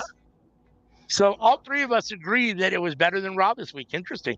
That's for NXT. I mean, I'm sure if anybody that cares is actually listening, and they're not, but if they were, like a Triple H or a Shawn, I would imagine that probably doesn't make the people that book Raw very happy, because I think they see Raw as, even though a lot of people think SmackDown's a better show, I think WWE see Raw as their main big A show, their flagship show. And so for it to get beaten in our minds by NXT this week is a big deal, and good for NXT. We've been talking about NXT being on the uprise and being good for a while, and good for them. I'm very happy, especially with their, now being on the CW in their second week. I think it's really good for them to have a really good showing. Like I think we all said this when we went to CW, it was going to go up another level. Like if they didn't, I think that would be more surprising if they didn't go up another level. Yeah. And because it's more surprised how down Raw was this week. I guess maybe that's the. I'm not sure why the break. I think the break, it shouldn't. What you call it? They're on a European tour. That should not affect your TV show that much. But sometimes it's like, hey, let's take a break from trying to reach heights of whatever. But it's like, even though you're on tour, you can still give us a decent show, though. I don't understand that thought process, but whatever. Yeah, I mean, when you have when you have 52 episodes a year, because Raw doesn't take any nights off, no Monday nights off. So when you have 50, you're going to have some down episodes. It's inevitable. That being said, I do think it's a shame that the first episode back to 2 hours was really that bad. I mean, it really felt like, oh, now we're back to 2 hours. We don't know how to book it all of a sudden. Or we like it better in 3 hours. Fuck you guys. We're going to show you it doesn't work in 2 hours. We're just going to book a bad show. I hope that's not what they're thinking. But either way, it just didn't come off right, which is very disappointing because, I was very excited for the 2 hour Raw to be back. The 3 hours to me felt way too long. We never needed the third hour, in my opinion. So at the same time, if you're going to give me 2 bad hours of Raw as opposed to 3 decent hours, I'll take the 3 decent hours over the 2 bad hours. So, I mean, I don't know, make it work. Like, figure it out. Fuck, it's not that hard. Let's see. Tommy says, I think Javon Evans will do his best to win. Yeah. Well, NXT was better. Ooh, NXT was better than AEW. Ooh, that's a spicy take. Well, we're going to review it, so stay tuned. Our NXT review is done. We all graded it better than Raw this week. So far, NXT is currently in the driver's seat for this week's Winner Circle champion, or Winner Circle winner, whatever you want to call it, with a B minus. We all gave it the same grade. So let's go ahead and switch gears and crack open Dynamite from this week. Miss Anika will drive the getaway car. All right, here we go. Off to the races. AEW Dynamite on Tuesday. Let's put some context into this. It had to be moved to Tuesday because of hockey. Oh, was it hockey? I thought it was baseball, but either way, yeah. I mean, either way. Okay, either baseball or hockey. No offense. Maybe it's just me. It probably is just me. It's not worth it. Like I feel like just one time. Let's move the other team. Let's move the freaking sports that I don't like, and see if Dynamite gets more views. I know it won't, but let's just see. What's very interesting is that even with as big a contract as AEW just signed with Warner Brothers, and to be whatever, and they're kind of the face of TNT and TBS in some regards. Nothing's the big three sports draw so many eyes that they're not getting preempted for anything, especially not in the playoffs. You know what I'm saying? Yeah. I mean, it's baseball playoffs. There's no way. I mean, the however many millions are watching is substantially greater than the ones that are watching Dynamite. So if you're a channel, even though Dynamite is one of your better shows, when the playoffs are going, or when one of those major sports is going, you got to. On a great night, they'll hit 1 million, but yeah, I understand what you're saying as a wrestling fan who doesn't care about baseball, especially, or at minimum, at least the teams that are playing that night. Then it's like give me on my normal night. I get it, but I understand why the channel doesn't do that, or why the channel does that. So, like, 2 suggestions, take them or leave them. Either I would love to see how AEW would do on, right? Like, come on, baseball. No. But, like, I would love to see, let's try one time putting AEW on True TV instead of TBS. Let's just see if that makes a difference. Or instead of Tuesday, put it on why are y'all so scared to put AEW on a Thursday? In my mind, definitely this year, there's nothing on Thursday I want to see over AEW Dynamite. Tony Khan did say he does not want AEW to compete with the NFL. Yeah, during NFL season, that's Thursdays, so I guess I can see that. Yeah, I mean, it's on Amazon Prime though. It's like, side note, I can't stand it being on Amazon Prime. I don't like it. So, when it gets boring, at least if it was on national, at least if it was on my television, I can go to a different channel. When it's on Prime, I'm just stuck there. I have to actually transition to another freaking app. It's stupid. I just get on my phone. Here's my only complaint about that. I have Prime, so I love it because it's great, it's easy, whatever. And I don't at this moment have a regular cable type provider. I just have all the regular streaming services. I don't have a YouTube TV or DirecTV streaming, and I definitely don't have traditional cable or satellite anymore. So I don't watch a lot of regular just TV. So I like that it's on Amazon because I have Amazon. At the same time, the fact that it is now broken up and on 8 different, all your games are all over the place. Like Thursday nights on Amazon, you can catch some on Peacock or some on Paramount on Sunday. You can catch some on Peacock on, dude, just, oh my God, put it all in one fucking place and call it good. Now, I get that if you have Monday YouTube is TV, ESPN Plus, and exactly. Fox ones too, which I don't think there's an app for the Fox ones. You have to have a cable provider to watch the Fox games, like Hulu TV, YouTube TV, something. Right. Now, I understand if you have YouTube TV, they still have the exclusive rights to Sunday Ticket, and you can pay for that and pay for the Sunday Ticket and get every game you want. But if you don't want to do that, short of doing that, you can't just have one service anymore and watch all the games like you do all the games that are on. You have to have multiple services now to watch the NFL, and that's annoying. Even your team, because your team might be on Amazon on Thursday night, might be on ESPN on Monday night, might be on the Peacock or Paramount on Sunday. It's like, well, fuck, man, I gotta have all of these to try to watch my team, or pay an exorbitant amount for NFL ticket, So. Another thing is that so Paramount has 5-6 games every week. Yeah. You only get to watch 1 or 2 of them, though. Whatever's in your area. That is false advertisement. You said your channel, if I get your freaking out, I go to any game I want. Then when I go to it, oh, what's your freaking good code? No. You said if I get your freaking out, I can watch whatever game is on. So either change the commercial or freak off. Yeah, no, I agree. No, I think they do that because I think ultimately the NFL wants people to pay for the Sunday ticket and to pay for like the NFL Red Zone. There are other NFL things that they put together because they get more money on that. So great. My buddy has the ticket, and we watch Red Zone when he comes over. Yeah. So, sorry, we digressed a lot. But sorry, AEW, but that. Tommy says TNA's on Thursday, so that's true. Yeah, I don't think that AEW is afraid of competing with them, though. Come on. All right. He also says my team is on Monday, the New Orleans or the New York Jets, even though I'm from Ohio. Oh, it beats that way. In the house. That means good morning. All right.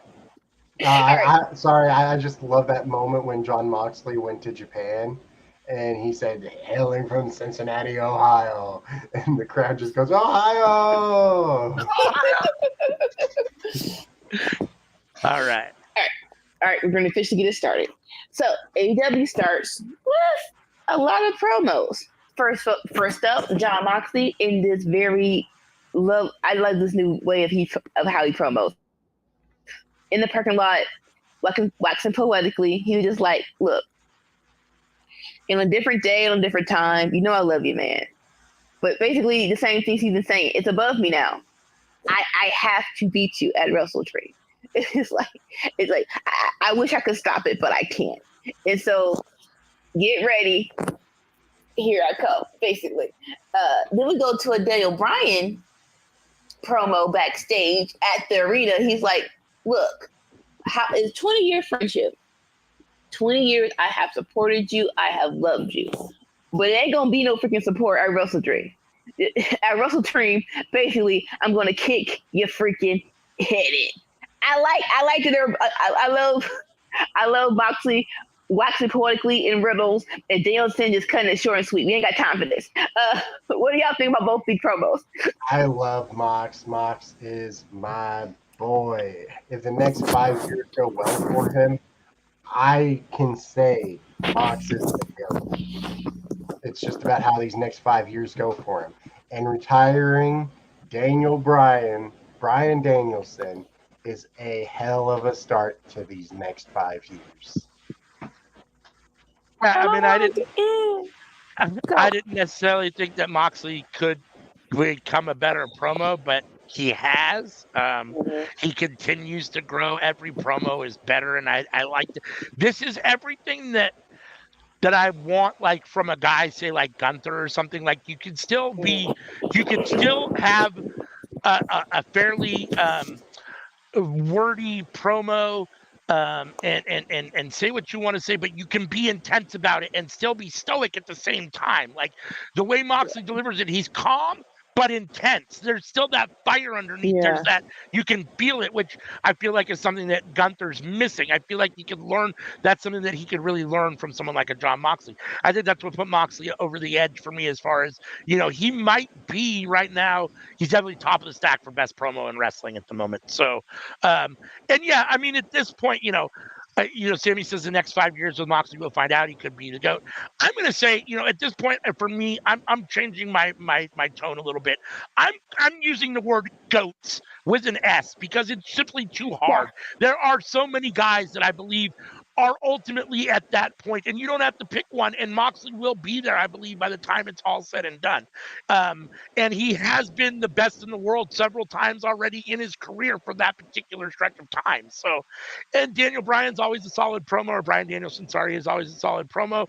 I thought this being the go-home show for tonight's Wrestle Dream, I thought that this promo this promo battle did a good job of wanting me looking.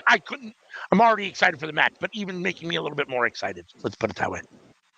Very decent, very too decent. Because short and sweet, two decent promos. Yeah. All right. And then next we have an in-ring promo between Darby Allin and Brody King.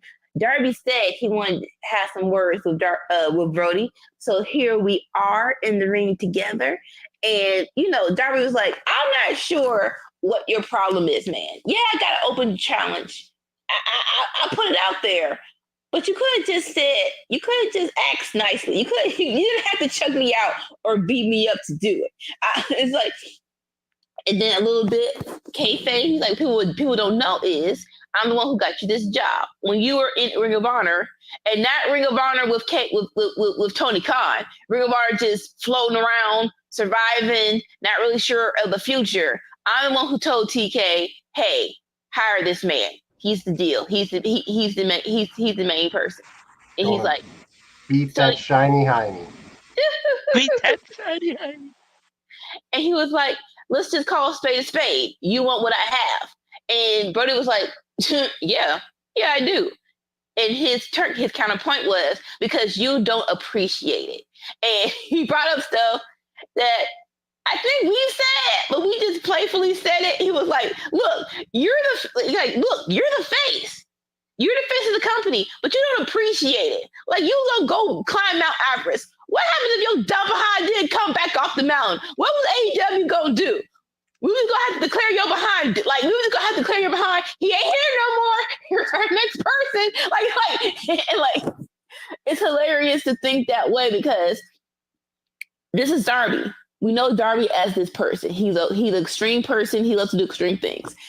But we weren't really thinking of the severity of Mount Everest until it was 2 weeks of this fool really gonna climb a mountain. And he didn't get to go, did he? Because he got hit by that bus. No. Jay White is the baby face of AEW. He hurt Darby, and Darby couldn't go. So Darby got injured by Jay White in the match, and then he got hit by a bus. And he still made that Broadway show. He's like, I bought tickets, I'm going. Get me out of this hospital, I'm going.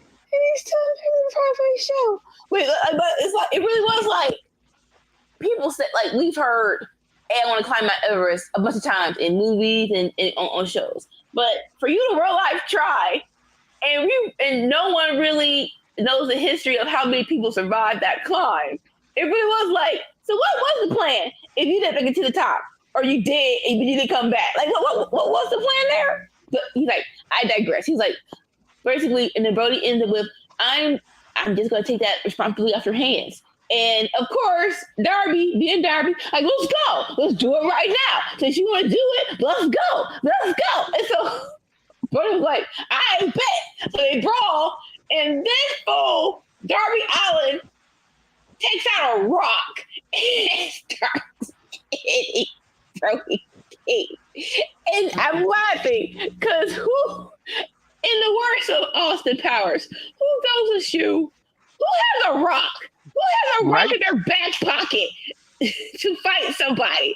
So, pull bar brawl in the segment. What did y'all think?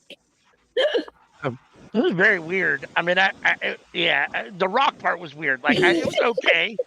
I would have felt better if it was a brick. I mean, it was okay. Ultimately, Darby came across what he, needed to do and whatever. And, Brody King was a little too, even though he got fired up, he could have been a little bit more fired up. But that being said, yeah, the whole stuff with The Rock was really weird. And just Darby, like, at the very end. It's funny saying The Rock because, like, when you said it, my brain immediately connected to Dwayne Johnson. It's like, oh, no. Right. And just Darby's, like, all-out madness at the very end was just insane. Like, he just looked completely crazed, which is, kind of his MO. That's kind of what Darby does. I guess this hyped up the match for me a little bit. I mean, it is what it is. It should be a solid match at Wrestle Dream tonight. So, but I don't know that it did a whole lot. It was okay. With this feud, I felt like this should have been the second week to the Go Home show. Like, I felt like I would have loved to have one more week to promote this match. I do love Darby versus Brody. I know it's going to kill, but I wish I had one more week. But it is what it is. Agreed. All right. Next up, we have another backstage promo, this was weird. This was weird to me. So we have Don Callis and Jake Roberts actually doing a talent trade where Lance Archer is now going to be part of the Don Callis family, and Jake Roberts will get one of a Callis family member. We will not know right now. We'll know it later on in the show. It's weird because one of AEW's faults, is they keep dropping storylines. They never see anything like maybe 2 or 3 storylines that complete the story, but 7 out of 10 times storylines are dropped. They're never been sent through. More so, Jake Roberts and Lance Archer as a on-screen talent group, or being together on screen. And I get it. Jake Roberts was hurt. But even with that, you can at least have Lance Archer on television. So just to pop this back up and say, hey, we're doing a talent exchange, I'm like, okay, cool. Wait, Lance Archer was there. No, I'm saying before this, I need to see more Lance Archer on Dynamite, on Collision, for you just to be like, talent exchange. Bet you missed this guy, Lance Archer. Guess what? He's going with Don Callis. And it's like, oh. Lance Archer just got Devontae Adams. Like, sure. This is all right. So to make it better, all right, this is a starting point for Lance Archer. Hopefully this will help. Hopefully this will get Lance Archer back on TV more, and hopefully him being with Don Callis will get us to where we want Lance Archer to be. Because I am a Lance Archer fan. I do love when he's in the ring. So hopefully this will get him more TV time and more matches. What do you guys think? Go ahead, Timmy. I saw an image the other day of Lance Archer had changed out his hair. Oh, yeah? Yeah. No more it wasn't on this show. No, he got new extensions in. Oh, okay. So I was like, his hair looked the same on the show. That was ours. How often you gotta switch those out? Just if it's braided, just take up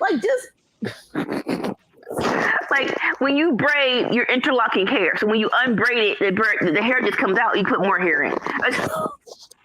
I was just asking, like, how often does that need to be done? Because he did it. He's white, so his no offense, it probably is. I'll give it 3 weeks before he has to get it reapplied because it won't stay neat. It won't stay neat because it won't stay neat because his hair is thin, so it won't stay neat for a very long time. So you probably have to get it rebraided more than me. But what about the segment though? If I were to get it, it would last a little bit longer because I have thick hair. What do you want the segment, Sammy? Because I'm not going here with you. Okay. I didn't hate it. It made me interested of like, oh, he's going to be with Don Callis. Maybe we'll actually be on TV a little more often. More so, yes. Yeah, I mean, this was what it was. Lance Archer doesn't. I like Lance Archer. I don't have anything against Lance Archer. It's like I don't actively dislike him, but he doesn't necessarily move the needle a whole lot for me. I mean, when I see him wrestle, I enjoy him, but he's not on my TV enough because I don't necessarily watch Rampage and Collision a lot. So he's not on my TV enough for me to be invested enough in that. But later on, and we'll get to it, the other end of this deal made me very excited. So that being said, overall, I like kind of the dynamic of these two. We'll talk about it later, but I like the trade. Let's put it that way. Okay. And Sammy, I better not see you with no freaking bundles in your hair on this freaking chat. Any what? Any freaking bundles in your hair on this show. Well, I think it looked good on me. No, I will tell CM and CM will come for you. No. I don't want CM coming for me. Nobody does. Next up, we have another. And this was a lot of talk. This was a lot of talking on AEW. Daniel Garcia arrives at the arena. Renee Paquette says, "Hey, welcome back. What's your what's your status?" He's like, "You know what? I'm glad to be back. I missed you all. I'm gonna tell y'all where I'm at in my head in the ring. So more to come on that." And then we finally have our first match on this Dynamite: Commander versus Hologram. Interesting enough, it is Spanish Heritage Month, so cool. Not sure if I like or hate that they did it because of Spanish Heritage Month. Undefeated Hologram, by the way. I think he was like 12-0. But it's all on Collision and Rampage, which nobody watches, so nobody cares. I mean, I get it. Don't get me wrong. Rampage. I understand. I don't have anything wrong with either show. I think both shows are great. I like them both myself. I'm just saying, like, I understand why it's weird to be like, this guy's undefeated and everyone's scratching their head like, what are you talking about? Or it doesn't carry the same weight because it's not on Dynamite against people that we know or see. So, yeah.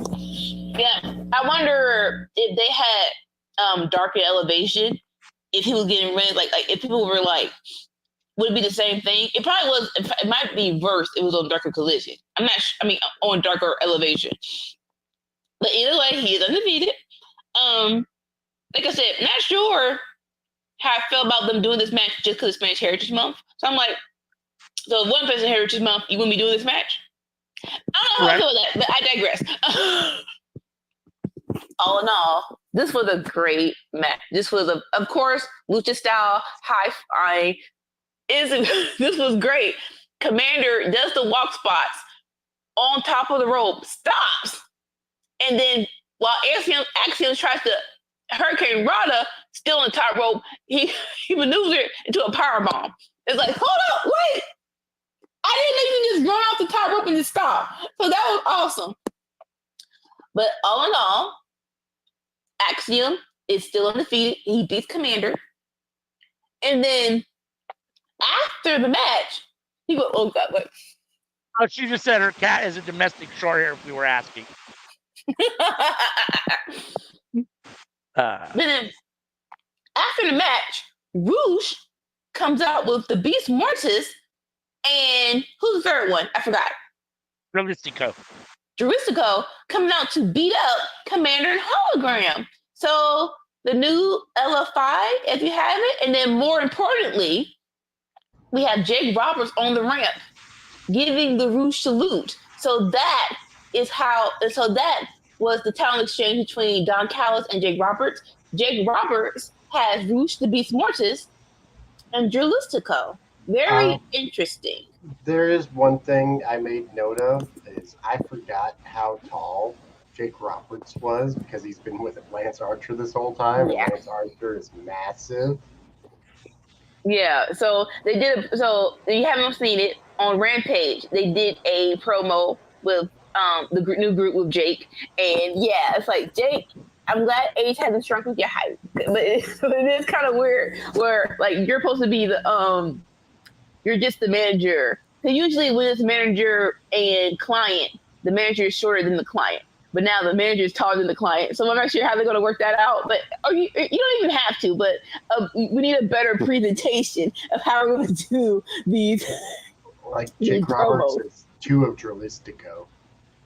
It's interesting to me because I guess this is a way to kind of push Jake a little too, because he got over, right? He got 3 guys for 1, and all 3 guys, 2 of the 3 are amazing, and Juristico's amazing also. So Mortis and Rouge, if you just got those 2, let alone Juristico coming along with them, like for Lance Archer, like any day of the week and twice on Sunday, I'd do that move.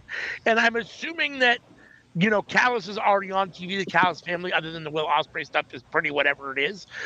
So it makes a little more sense. I guess I didn't totally realize all 3 of those guys were part of the Callis family for sure to even have him be able to trade them. It was definitely Rouge. Rouge was definitely part of the Callis family. Right. Not sure about, yeah.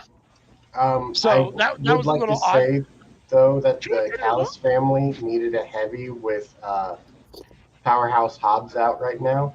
Yeah, I agree. I think. Yeah, I think this is great. I really like Roosh and Mortos, I haven't seen as much Realistico, but the bits I have, I enjoy them. I think they got the ability to be a really strong faction. I'm here for it. So, all in all, I just need y'all to see it through. It feels like Roosh and like with Roosh and Lance Archer, y'all try something and then y'all just stop. Like he said, we had the 2 segments with Don Callis and Roosh, and we never saw him with the Don Callis family. So it's like, yeah, it was a little weird because I was like, he can trade all these guys, but okay. I mean, I hope that the goal is to get Jake more time on TV with this new faction, and that this new faction has a big storyline on AEW, because I think they're really talented, all of them. So I'm here for it. I'll say that. I am here for it. agreed. All right. Next up, we have another backstage segment. Sweet Jesus. It's Mark Briscoe, though. So I'll let it ride.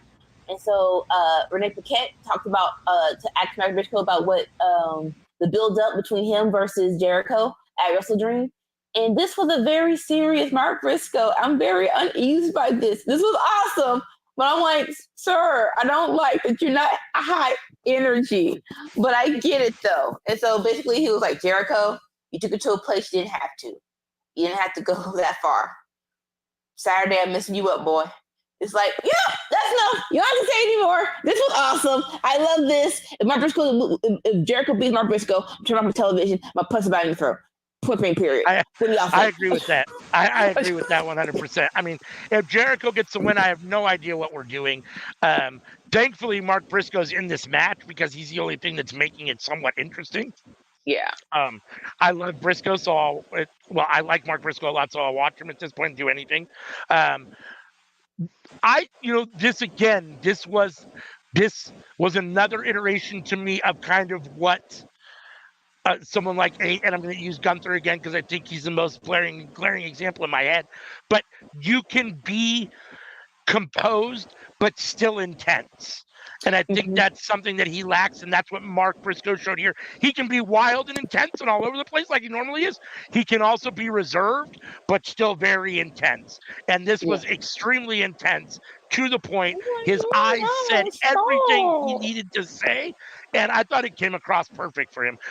It shows how versatile he can be, because he's not just the wild, unhinged guy. He can also be this guy, and it just shows, how talented he actually is. That part, like, he's the Ring of Honor champion. If you want to put another belt on him, I'm not mad at that. Like TNT is basically the television championship for them. If you want to put the belt on him, I wouldn't mind that at all. But all right. So, in-ring promo. We have Daniel Garcia officially coming out to address the fans about his contract negotiations and his contract and where he stands on his career. I said crack. Oh Lord, I said crackhead. What did I say? No, you said, I think he's doing it for the coming out, because the way you emphasized coming out almost sounded like he was about to come out and say maybe something different, like I'm actually coming out. Oh God, no, that is your mind. That's where your mind is at. Anyway, so he was like, these past few weeks have been a little bit of a thought process, more so, and I'm just cut through the weeds. He was like, people want to know my status. I actually have been getting offers from around other places. And he said from WWE. I'm like, oh, interesting. But all in all, he said, I am the best wrestler alive. Yeah. But he says, and AEW is where the best wrestle. So I am still all elite. Yay! Not leaving. And he was like, hey, but this year, I'm not waiting no more. I want some gold. Mic drop. All right. So on the good end, I do think that he is better off in AEW than WWE. NXT, he could be a nice little namesake, but I wouldn't put money on it. Right? I wouldn't bet on it. So I am glad he's here. For him to come back, on one hand, if you're going to let him beat Jack Perry for the belt, that'll be his goal, the goal he's going for. I wouldn't mind that. On the other hand, I want him to be so badly in this Danielson Moxley feud. But if Danielson loses, then get extra need for that. It's like, oh, y'all really could have announced this earlier. He could have helped Danielson. Fine, whatever. You can't tell me that he signed yesterday. You can't tell me this was in the works and it was already confirmed a week or two ago. But whatever. So, how do you feel about this promo? And how do you feel about the somewhat, what you call it, direction Daniel Garcia will be in AEW? Sam, you want to go first? I'm pretty optimistic about it. It feels like the guys in the back, like Daniel Garcia, he's been getting over, and his matches are good. So I think there's a spot on the card for him. The only problem is he wants gold, and like, what gold does Daniel Garcia win? Like, looking around, okay, so Danielson versus Mox, likely be Mox. I don't think he's going to beat him. You got Okada. No. You got Ospreay. No. Hell no. Like Ring of Honor? Like, well, there's the TNT title, but like, I wouldn't mind that, because no offense to Jack Perry, but besides you riding around a truck, I'm not interested. I mean, you gotta be careful of that truck, though. Why? Like Darby Allin in New York. That was a bus.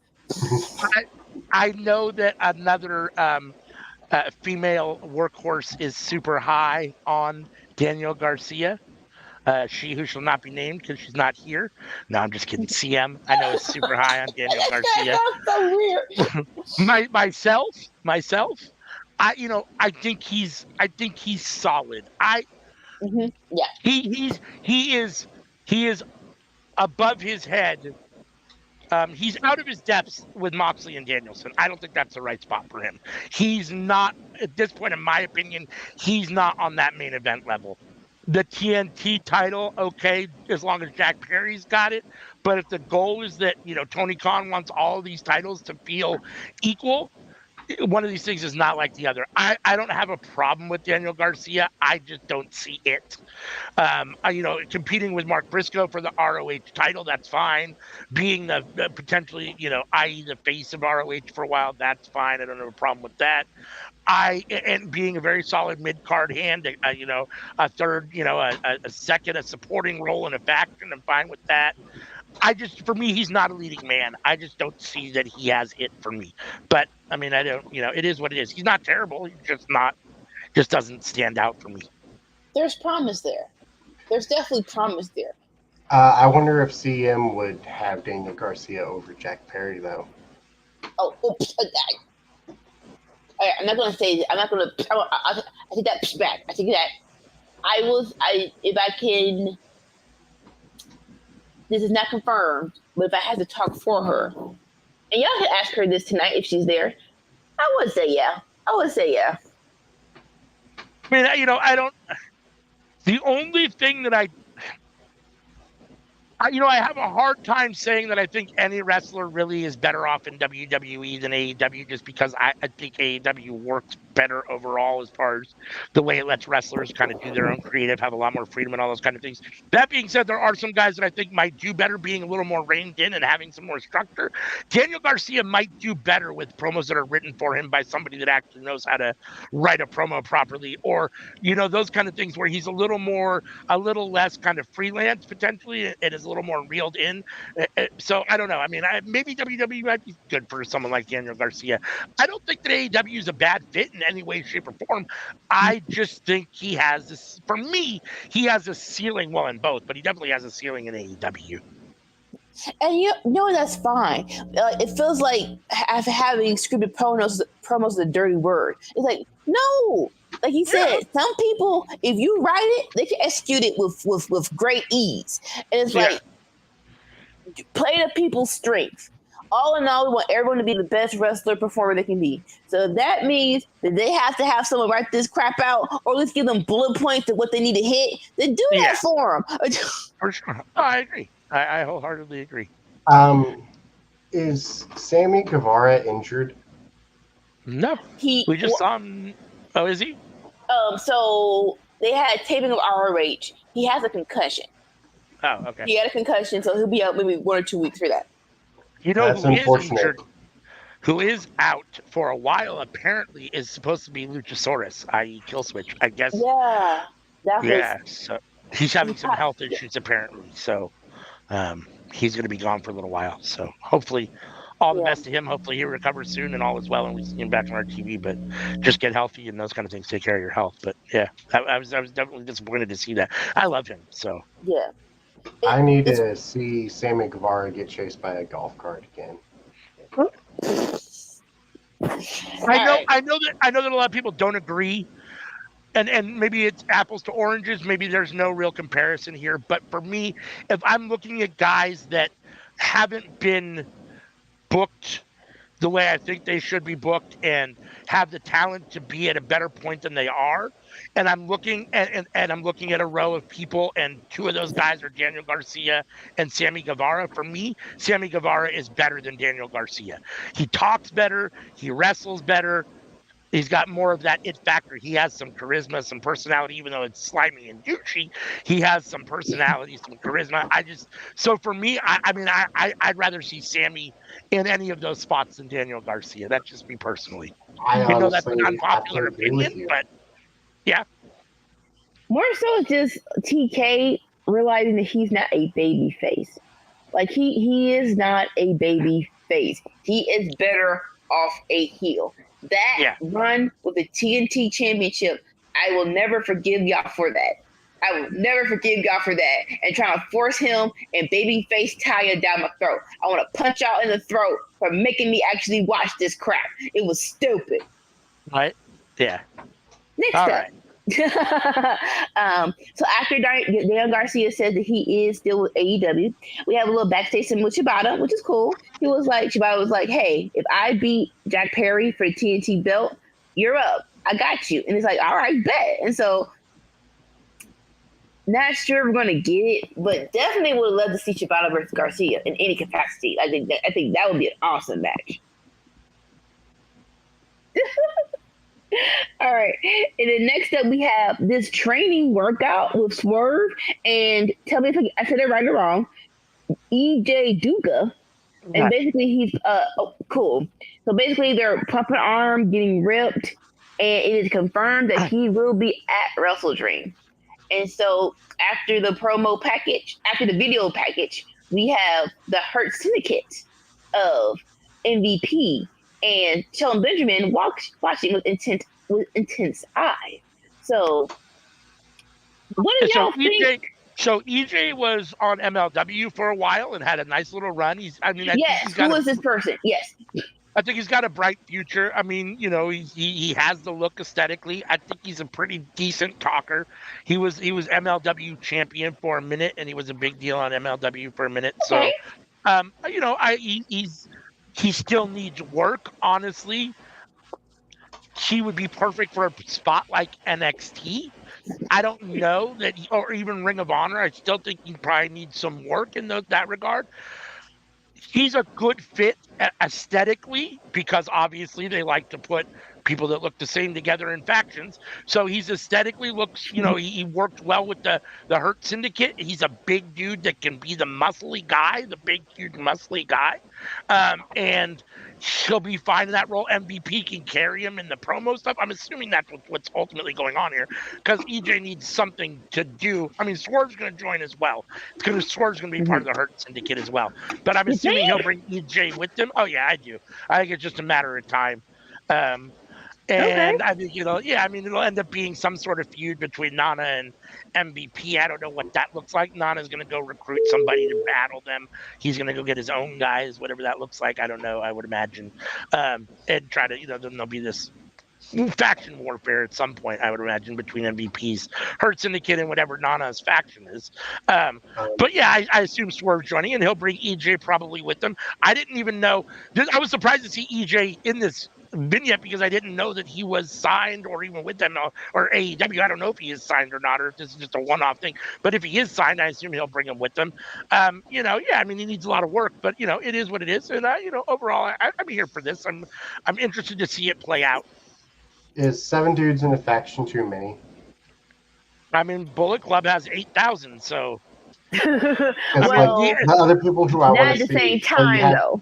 You have the NWO had 20 million at one time. I mean, we've had factions that have had a lot of guys, and I don't think it's been an issue. I mean, well, let's so the NWO, people can say that's probably when that's probably when it kind of went downhill, because it's like, okay, are we really doing this? We're doing we're doing intergroup warfare. Booking, though. I don't think that was necessarily just because everyone was in NWO. I mean, it was. Ultimately, when all of your guys are in one faction, who are you going to fight with? But you know, I get that, especially when it's all your main guys. But like, I still, in the beginning, when there were multiple guys and there was more than 7, I think it was fine. I mean, yes, at the end when they started to fracture and all those kind of things, and they had the wolf pack and all that stuff, it was a little much. But I think it can work.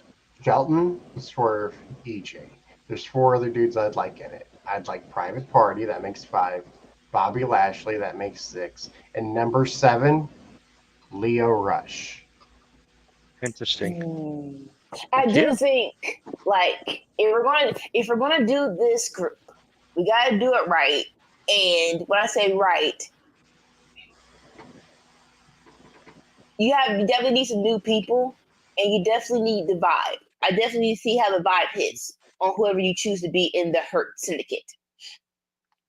I wish Brian Keith was free for the Hurt Syndicate. I'd much rather see Brian Keith with the Hurt Syndicate than with the Learning Tree. I don't know. I don't think he has that like lifestyle sort of same swag. Yeah, of like party drip. You know. Yeah. No, I agree. Swag. I agree. Whatever word you want to use, you know. Right. But like Private Party, they got that in spades. Like I said, I love that this like there is a diverse group of Black men on AEW, and like there are different. So it really is a matter of who's going to gel well with MVP and Shelton Benjamin. Right. And I can't see, like, I'm not saying everyone has to wear a suit, but I don't see Private Party being that suited up people with Oh no, they're gonna wear like fur jackets. They're gonna have like leopard print dress shoes. Dolores says Brian Keith has swag. He does have swag, but he didn't like he has that desperado swag. I'm an outlaw. Private Party's gonna come in at the most dressy they're gonna be is they're gonna dress up like first round draft picks in the NFL. All right. All right. So next up, we have another backstage segment. I did not see that. Dolores says that on the Indies, Brian Keith comes out to Slim Slug still tipping. I've only ever seen him as the bounty hunter. So. All right. I'm sorry, Nico. What did you say? You said the next was. No, you're good. Now I gotta watch that. Okay, no. I love Big Bill and Brian Keith together. That was like so. I know. So real quick before we move completely from the Hurt Syndicate stuff, I read a thing yesterday. There was a little story on I want to say it was Wrestle Talk, where Ricky Starks was quoted as saying, "I'm not injured. There's nothing wrong with me. They just don't have anything for me at the moment, I guess." So Ricky Starks would be Ricky Starks. So Ricky Starks would be perfect. Yeah. I mean, don't get me wrong. Ricky doesn't need anyone to talk for him, but Ricky would work well with MVP. They have that same kind of swagger and lifestyle. I could see Ricky working well with the Hurt Syndicate. I could see that too. Man, I sometimes, although I think everyone's mind is made up, can we heal wounds? Can we start over again? Because even though I know you boys over in WWE, I don't know if they're gonna treat you well over there. Like it really is a 50-50 chance. So I'm not sure about that, boo boo. I'm not sure about it. All right. So another backstage freaking segment of Mercedes Moné and Renee Paquette. And Renee tries to bring out Monet in the style she wants to, but she was like, no, stop it, ill. And basically, this is the hype up that her match with Amy Sakura. And, he's like, she's good, whatever, but I'm Mercedes Monet. On the note of Mercedes Monet, if they were to add a woman, that is the woman that they would have to add, because, like, no other woman could fit as well as Mercedes Monet in that faction. I love the dig at WWE and Charlotte. I've beat a queen before. Mercedes made that comment, so I'm just saying, like, hey, whatever shot you want to fire, I'm here for it. I'm definitely here for it. All right, and so after that, we finally have another match, but it is some of a squash match. We have Jay White in his comeback match against a very fine person, but we know you're losing, baby. We know you're losing. And so, but at this squash match, we have set up Jay White versus Hangman at Wrestle Dream. Now look,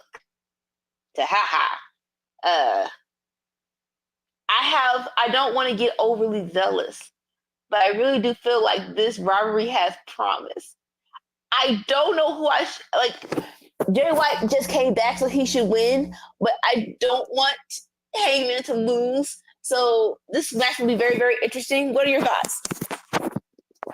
Just FYI, Cody Chun, the guy that Jay White squashed, is a local Washington wrestler. I've seen him wrestle a couple times in local wrestling. It's okay. I mean, he's not great, but it's a great spot for him and a good opportunity. Even though he did get squashed, it's just good to be in the AEW ring under the bright lights with someone like Jay White. That being said, Jay White obviously needed to show that he's still Jay White, and he did that by obviously destroying Cody Chun as he should. And then, basically laying his eyes on Hangman. And I'm here for Hangman versus Jay White. I think it's a good feud. I think they both are both extremely talented guys. The match should be awesome. Whatever they do, the feud should be good. They're both good talkers. I guess, is Hangman a face that's just, going through it at the moment? Because Jay White is definitely a heel. And I think Adam Page is a heel at the moment. Hangman feels like as a heel at the moment with the stubble and the little extra facial hair and the stuff he did to Swerve. Now, to be fair, Swerve kind of called it on himself by being in Hangman's house with his kid. I get it. Yes. But I feel like Hangman's supposed to be a heel, in which case we've got two heels here, so we'll see how that plays out. But I'm here for it ultimately. I think Jay White versus Hangman could be really good. On paper, there's no reason to think that the match wouldn't be solid. Let's put it that way. Yeah. I gotta take a moment to talk about Juice Robinson. Yeah. The gum falling out of his mouth and him getting on the floor and mouthing it back in. Oh, dude. He's in his bag. Juice is hysterical right now. His character is on fire. He's on fire. I love Juice. I'm so happy he's back, and he's got it. When you talk about it, he has it. He's got it in spades or whatever you want to call it. He's got, infinitely it. He's one of those guys that when he's on my TV, my eyes are drawn to all the time. Most definitely. All right. So next up, we have another backstage segment. I'm not making this up. Where it's Hook trying to find out who hurt his daddy, and how he his idea of trying to find this out is yelling backstage, "Who did it?" I'm like, really? This is the best we come up with. This is the best we come up with. But thankfully enough, Christian comes in to save the segment and basically throws us off his scent of him being the possible person to do it. So I'm not sure, when this was presented that Christian could possibly be the one beat up Taz, I really was like, I don't know how I feel about this matchup. So I am kind of glad they're like, let's back off with Christian being the person to hurt Taz. Not sure how, like, on the scale of 1 to 10 of how invested I am in the story, I'm at a 4.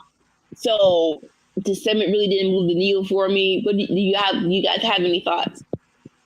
I mean, I'm curious to see what the ultimate, outcome is of who attacked Taz. I think somebody besides Christian would be probably better. I'm not necessarily opposed to someone from the patriarchy being it, but it is, it doesn't have as much meat on it as maybe some other people. And I don't know who those other people are. I'm just thinking in my head, there's other people out there that potentially be. That being said, Hook was okay in this. I mean, he spoke more in this promo than he almost ever has or does in most promos, and I thought it was okay. I mean, I wanted to hear more from him. I want to hear more. And so, to see if he has the ability. And I thought it came across okay. I mean, other than just yelling, yeah, who did it? I mean, that's that was kind of whatever. But overall, I thought it was okay. Sammy? I thought it was good. Like, I don't have much to say. hey, it beats that way. All right, so next up, we finally have a match between Monet and Amy Sakura. Now, Amy Sakura, she's good. She's good. She's one of them people who's like, I think AEW really needs to have a visa liaison for people to stay in the country long enough to get over. Because I feel like she's one of the people where it's like she could have gotten to a better place in AEW, but the visa time, maybe she just wanted to be back with her family. I'm not sure, but I'm like, I need people to stay over here for a good amount of time to get you over. And I know stuff happens, especially if you don't live here. But it's like, she was one of them girls who, like, I thought it could have been more. But again, decent match. Mercedes Moné wins. I'm not sure if anyone really doubted that. Side note, this was called Title Tuesday, and this was the only title defended on this show. It's like, so why are we just calling stuff? Like, you don't have to call different, especially when it's not needed. I get it. We changed to Tuesday because of MLB. This ain't changed to Tuesday because of sports. You don't have to give it a name. Like, so this was dumb. So that was dumb. I think they did that with the Battle of the Belts, where there was only one title on the line for a Battle of the Belts, and it's like, at least I think at the very end. If you're labeling it a Battle of the Belts or title, you need to have all of them, or at least more than one title on the line during the show. Yeah, I mean, this was what it was. I mean, I feel bad for Emmy. Emmy is one of those great women's wrestlers that we haven't seen enough over here, and that she didn't get pushed properly when she was here. Part of that is that she's already on the downside of her career. She was already old when she came to AEW, so I kind of get it. At the same time, she never got the push that she deserved, or the but I'm happy to see her back on TV. I'm fortunate she took a loss, but it's Mercedes who's not going to lose. And AEW has treated her girls well, though. Yeah. Okay, over here. All right. So, okay, yeah. So after the match, they, beat up. Camille comes in, beat up Amy Sakura, and Statlander comes out and chases the heels off. All right. So I'm gonna just say it in a nutshell, and then we'll and then y'all bring your thoughts. So as of right now, they just dropped Stokely with Statlander. Boo. Boo, boo, boo, boo, boo, boo, boo. Evidently, Statlander is a face now because Monet's a heel, and y'all did not think these title changes through. Point blank, period. Now, I'm not mad at turning Statlander face. It's more so of why we dropped Stokely. I was really into them two being together. And like, it wasn't like you did some grand change for Statlander to be a good guy again. So I'm not sure why you just couldn't do it with Stokely too, which was dumb. And so it's so, not gonna say weird, this was done poorly, in my opinion. But heading to the future, I am very hyped for Camille versus Statlander. I think that's going to be a girl house fight, and I am all the way here for it. Statlander versus Monet, I need more time. I think hopefully her versus Camille can build up to that and make me more interested in that. But I guess it is what it is. What do y'all think? don't really have a whole lot more to say than what you said.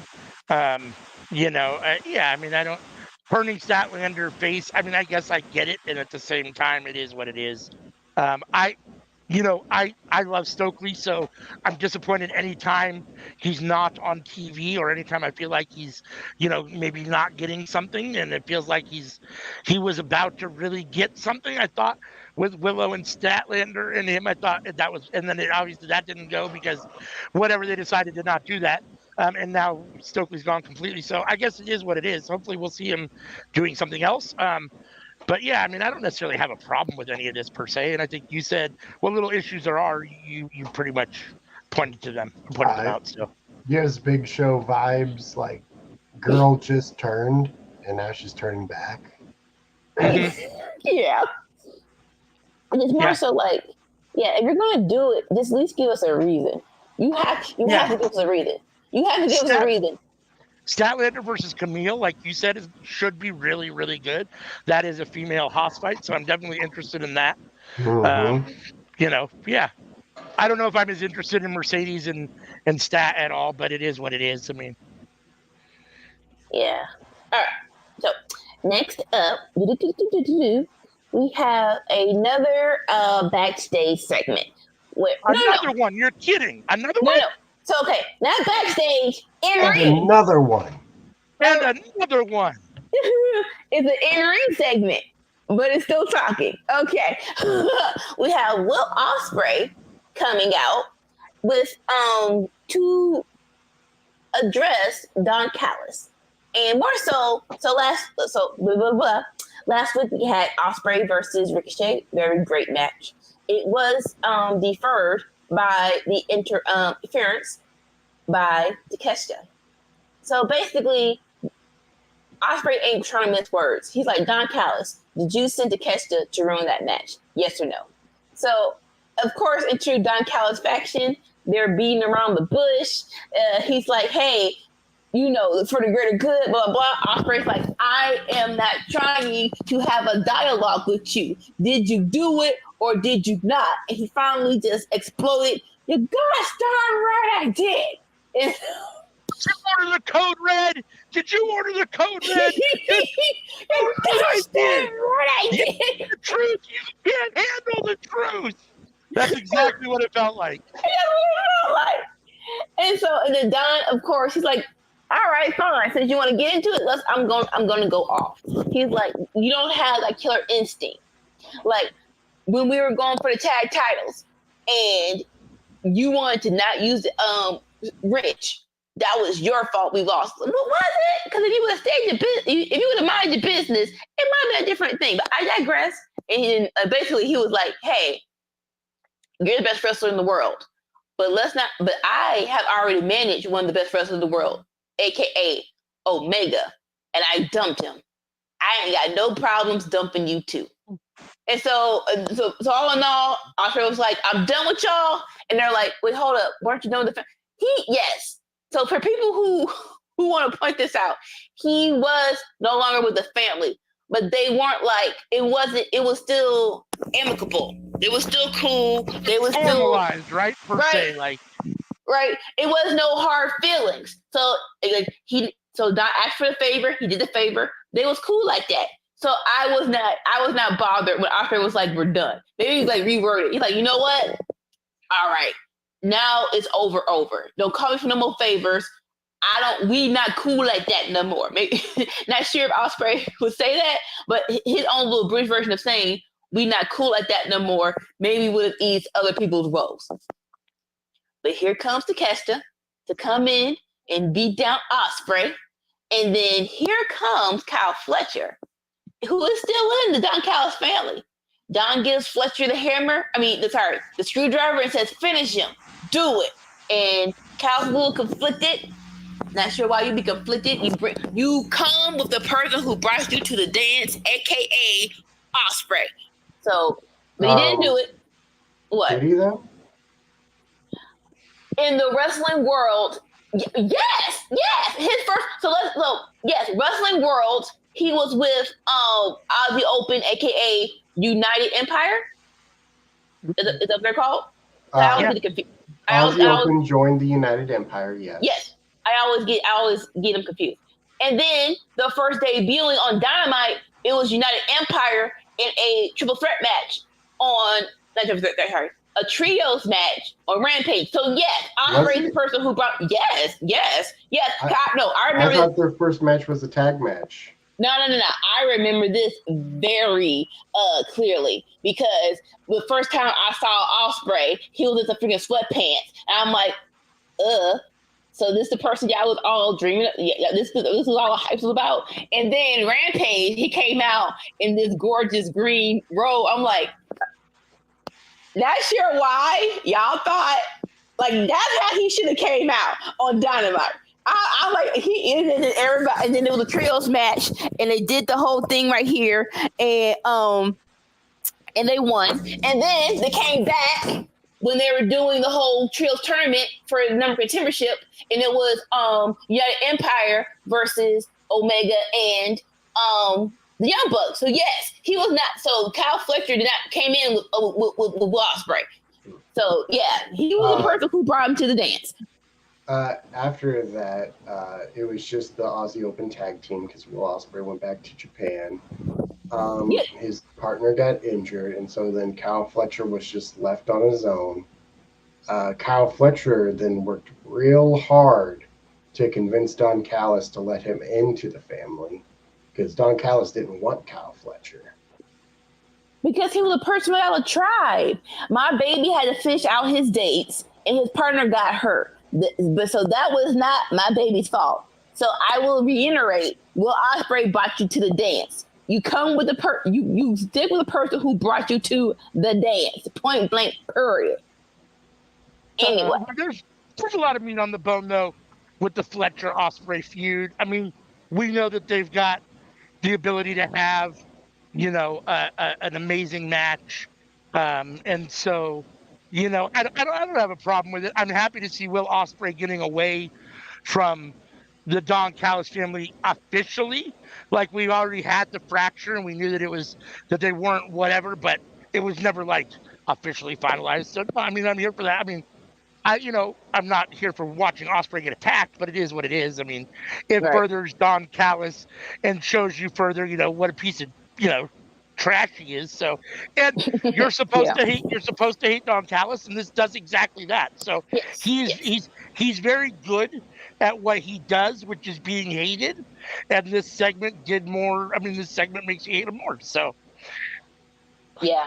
Yep. And then the end of the segment was confidential conflicted. Ricochet comes out and chased the family out of the way. So trios match on triple threat match at Wrestle Dream, Takeshita versus Ricochet versus Ospreay. I wish like this. So not sure people had this notion in mind. This is the go home segment of Wrestle Dream. So with that being said, I do wish we had more. Even though this was a great segment, I wish we had more. Huh? Which is why when we get to the grading of it, you'll see my grading of this week because this was a go home show and it didn't feel like that. Yeah, I wish we had more Ricochet in this segment because let's hold up. Even though this is Don Callis and Ospreay, the good segment, this is a triple threat between Takeshita, Ricochet, and Ospreay. So that's my only little dent in the segment. I wish we had more Ricochet. I'm not sure how we can pistol him in more, but we should pistol him in more. I looked it up. Their first match was October 6th of 2022. It was FTR and Trent Beretta defeating United Empire, Kyle Fletcher, Mark Davis, and Will Ospreay. See? There you go. He's the one who brought you to the dance. And oh my gosh, he was so cute. I'm sorry. And they lost FTR and Trent Beretta. That was dumb. Well, I mean, it is FTR. I mean, Trent Beretta is what it is, but FTR, I mean, makes sense. You just said they lost to Party or something. It was FTR. Well, the next show that they did. I had those dates wrong. I said month. So it was June 8th, and their next match was June 22nd, and they lost to Chaos. Orange Cassidy, Rocky Romero, and Trent Beretta. Like at that point in time, OC again. So this is the thing about not to derail this review, but at that point in time, people kept saying, "Well, your home base knows these people, so you don't have to prop them up into that." I'm like, no. You do have people who don't know about New Japan, who don't know about all this backstory. So to bring them in to just say, "Hey, you know them, we don't have to hype them up in any way," I hate that notion. But that was the notion back in the day. Not sure why. Thankfully, I think they did get better at representing people when you reintroduce them or have a new person. So, yeah, that was just my thing. They did win their third match, though, and it was against Death Triangle, which that one boggles my mind of, like, they should have won the other two matches. Like, Death Triangle's the one that you could get away with them losing to. It was that first, what do you call it, open door. It was good, but it was plagued with some injuries, and you got to configure some stuff out. But it is what it is. All right. So next up, we have another backstage pro segment. This one was not needed. I'm not sure why this was here. Top Flight, talking about Andretti getting real crazy with it, talking about we don't have any opportunities. I'm not sure why I'm not getting hyped. Sir, why are you getting this hype? Like, what happened? Like, I do watch Collision occasionally, and Rampage, because that's Friday Night Fights. I'm doing this on Fridays. But I'm like, when did this happen where Andretti is just getting real mad that Top Flight is not in a better position? Hey, you have a point. But it feels like this rage just came out of nowhere. And hey, if it gets them more TV time, I'm all here for it, because I do love Top Flight. I do think they should be a very great staple in tag teams where they are now. But this was just, not gonna say odd, but what you call it? This was not needed again on the Go Home show. What are y'all thoughts? Do you have any? I mean, the segment isn't needed. That being said, intensity from Top Flight is needed.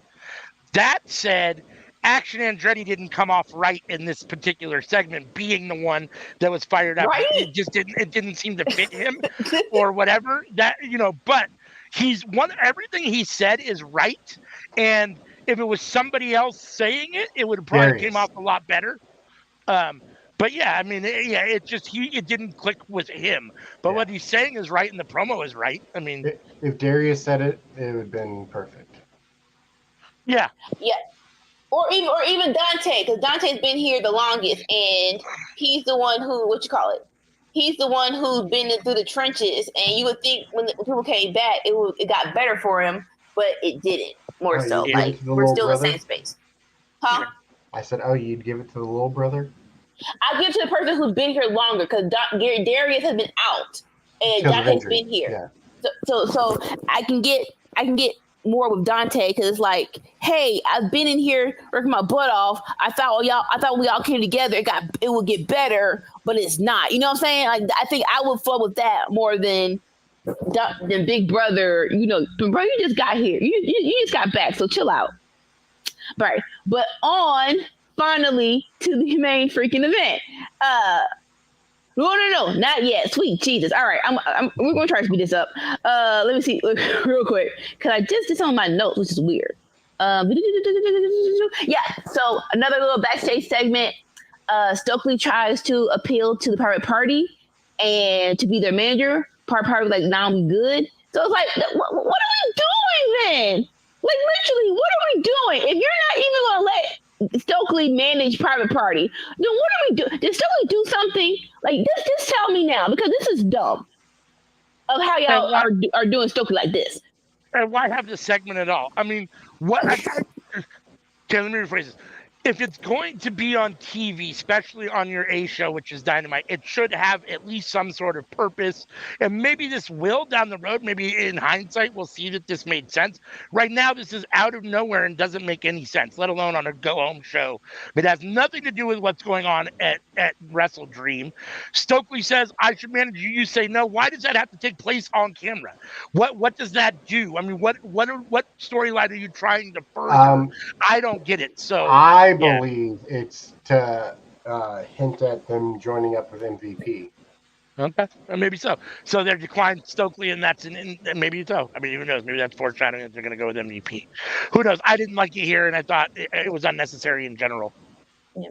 Stokely deserves better. I'll just say that, and y'all need to do better by him, AEW. All right, so I missed a segment. Not sure how, but earlier in the show, forgive me. We have, and I love these girls, boo-boos.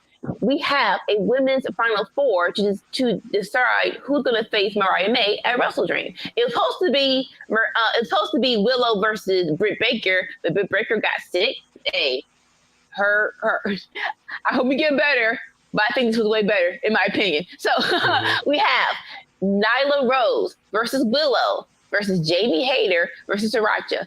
The premise of this is all these women used to be champions, used to have a title. So, all right, cool. I can get with it. All right. So great match. Nyla Rose showed up and showed out. Jamie Hayter gave us the question of, so why is she just in this feud with Sriracha? Why is she not going? I get it. We want Mariah May reign to last a little longer. But at this point in time, we can't waste time. All right? It's like you have a Jamie Hayter right now. I don't like interferences, but you can let her lose with interference. Use Jamie Hayter more. But the conclusion is Willow pinned Sriracha.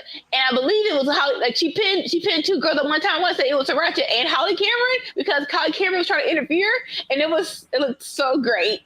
And great, a nice little final four-way thoughts on the match. It made me want a Willow and Jamie Hayter tag team. I was very happy Willow got the win. I'm not sure what happened. Jamie disappeared like halfway through the match. I mean, I know she followed. She was beating up Sriracha up the freaking ramp and stupid. Right. So, or beating up somebody at the ramp. Yeah. Right. And disappeared. So we didn't have her the second half of the match. And the thing that stood out for me most glaring, and it's really unfortunate because I think she's a great talker and I love her to death. Mariah May was absolutely terrible on commentary. She first called Jamie Hayter Velma and then proceeded to correct herself and refer to her as Daphne over and over and over again, which is a terrible take in and of itself because there's really nothing there other than, I guess, maybe red hair. And I just thought she came off really bad on commentary. But that being said, Willow got the win. I thought the match was okay for what it was. Yeah. And then, so Willow wins. They ask Mariah May backstage to what she thinks about her next challenger. And she was, I love how this was shot. She was just flapping her gums, just healing up. And all of a sudden, Willow pounces Mariah May out of freaking frame. And she was just like, I'll make this short and sweet. I just pinned 4 of your former AEW World Women's Champions. Mariah May, you're 3. Mariah May, you'll be the 4th. I'm beating you at Wrestle Dream. I mean, I don't think it's gonna happen, but I hope Willow wins. I mean, my heart wants Willow to win. I don't think it's gonna happen just because I don't think they're done with Mariah May having this title yet. But either way, I hope Willow is the next champion. It's like I feel like it was her and when Jade Cargill was TBS champion, it's like, it should be Willow. It should always be Willow. I feel like if we had to rearrange Mariah May's challengers, I would give this spot to Jamie Hayter and just call it ring rust and say, hey, she lost because she just got back, and let Willow be the one to dethrone Mariah May. Like he said, I don't think they're going to do it tonight. But, oh my gosh, I love Willow so much. Thanks, Mikey, for the compliment. We appreciate it. Thanks for joining us. Thanks for being here. All right. We appreciate all of you. Yeah. Is Sammy there? Sammy? What's up? Oh, how do you feel about the backstage promo of Willow? Willow winning and the backstage promo of Willow saying she's gonna beat Mariah May. I enjoyed Willow winning. I would have preferred Jamie Hayter, but I feel like if Jamie Hayter won, they'd have to put the title on her. With Willow, it can go either way, and that's how you kind of want matches to be, is where it feels like it can go either way. I wouldn't be mad at either Hayter or Willow. Right now, I'm just a Willow fan.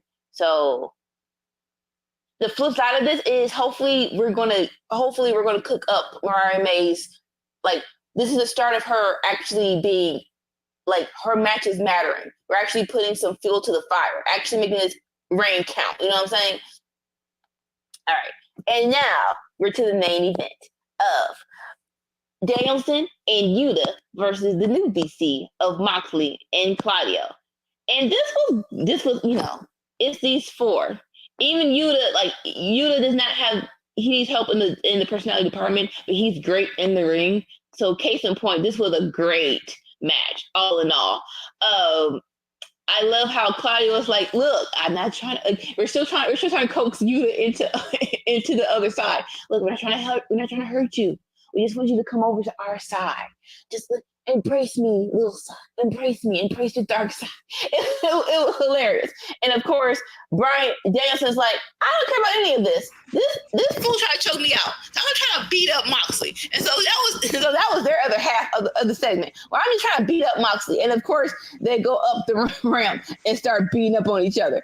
I think he's going to join back up with Orange Cassidy in a month. So what you call it? The thing is on no, sorry. So Danielson and Yuta does beat BCC. Like I said, they come in, but Danielson and Moxley are up the ramp. Yuta gets beaten down by Claudio, I think Mauricio there, and the Bastard Pack. And so thankfully Danielson comes back and scares him away. Yuta is reaching out for Danielson's help, but he's real in this segment. He's real in this moment, right? He's like, no, I'm gonna beat you. Stay there, Yuta. You fine. I'm gonna beat you at Wrestle Dream. It's on. Yes. And you see this Yuta like, sir, you really couldn't pause this yes chant and help me out just a little bit. And so after the yes chant, Yuta, Danielson helps Yuta up and waves his hand, but Yuta has to look up, sir. Like you really. The yes chance could have waited. You really could have helped me out first. So I'm very surprised they didn't do the turn right now. But I think the turn is still coming. I think Yuta is still joining the new BCC. Thoughts? I thought it was a very solid main event segment. You've got a bunch of guys that are really, really good. Can't go wrong. The actual in-ring work, the chemistry between the guys is great. The storytelling is great. Claudio not really wanting it in the beginning to kind of not like holding back against Yuta, and then at the very end, he takes the hammer ultimately and ends up hammering Yuta in the stomach with it. So obviously it's all disingenuous to begin with. I love seeing Danielson get the stomp on both Pac and Claudio. That was fun. And yeah, I mean, I think it did what it did. It's supposed to, or stomp, whatever he calls that move where he holds their arms and stomps their faces over and over again. I don't know if that's the kicking their fucking head in, but if it is, then whatever that is, he did that. He got them both.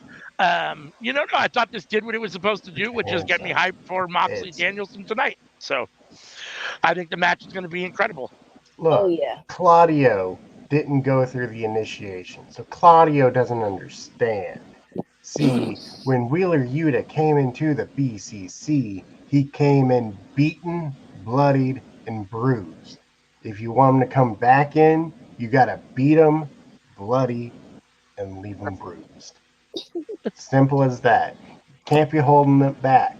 Like, I know that, you got shoehorned in through the back door through Danielson, so you don't understand. But that's the way it is. And Claudio, you got to learn. I mean, he did join them on Blood and Guts, so maybe that was the initiation. So, but all in all, what were you gonna say? Right.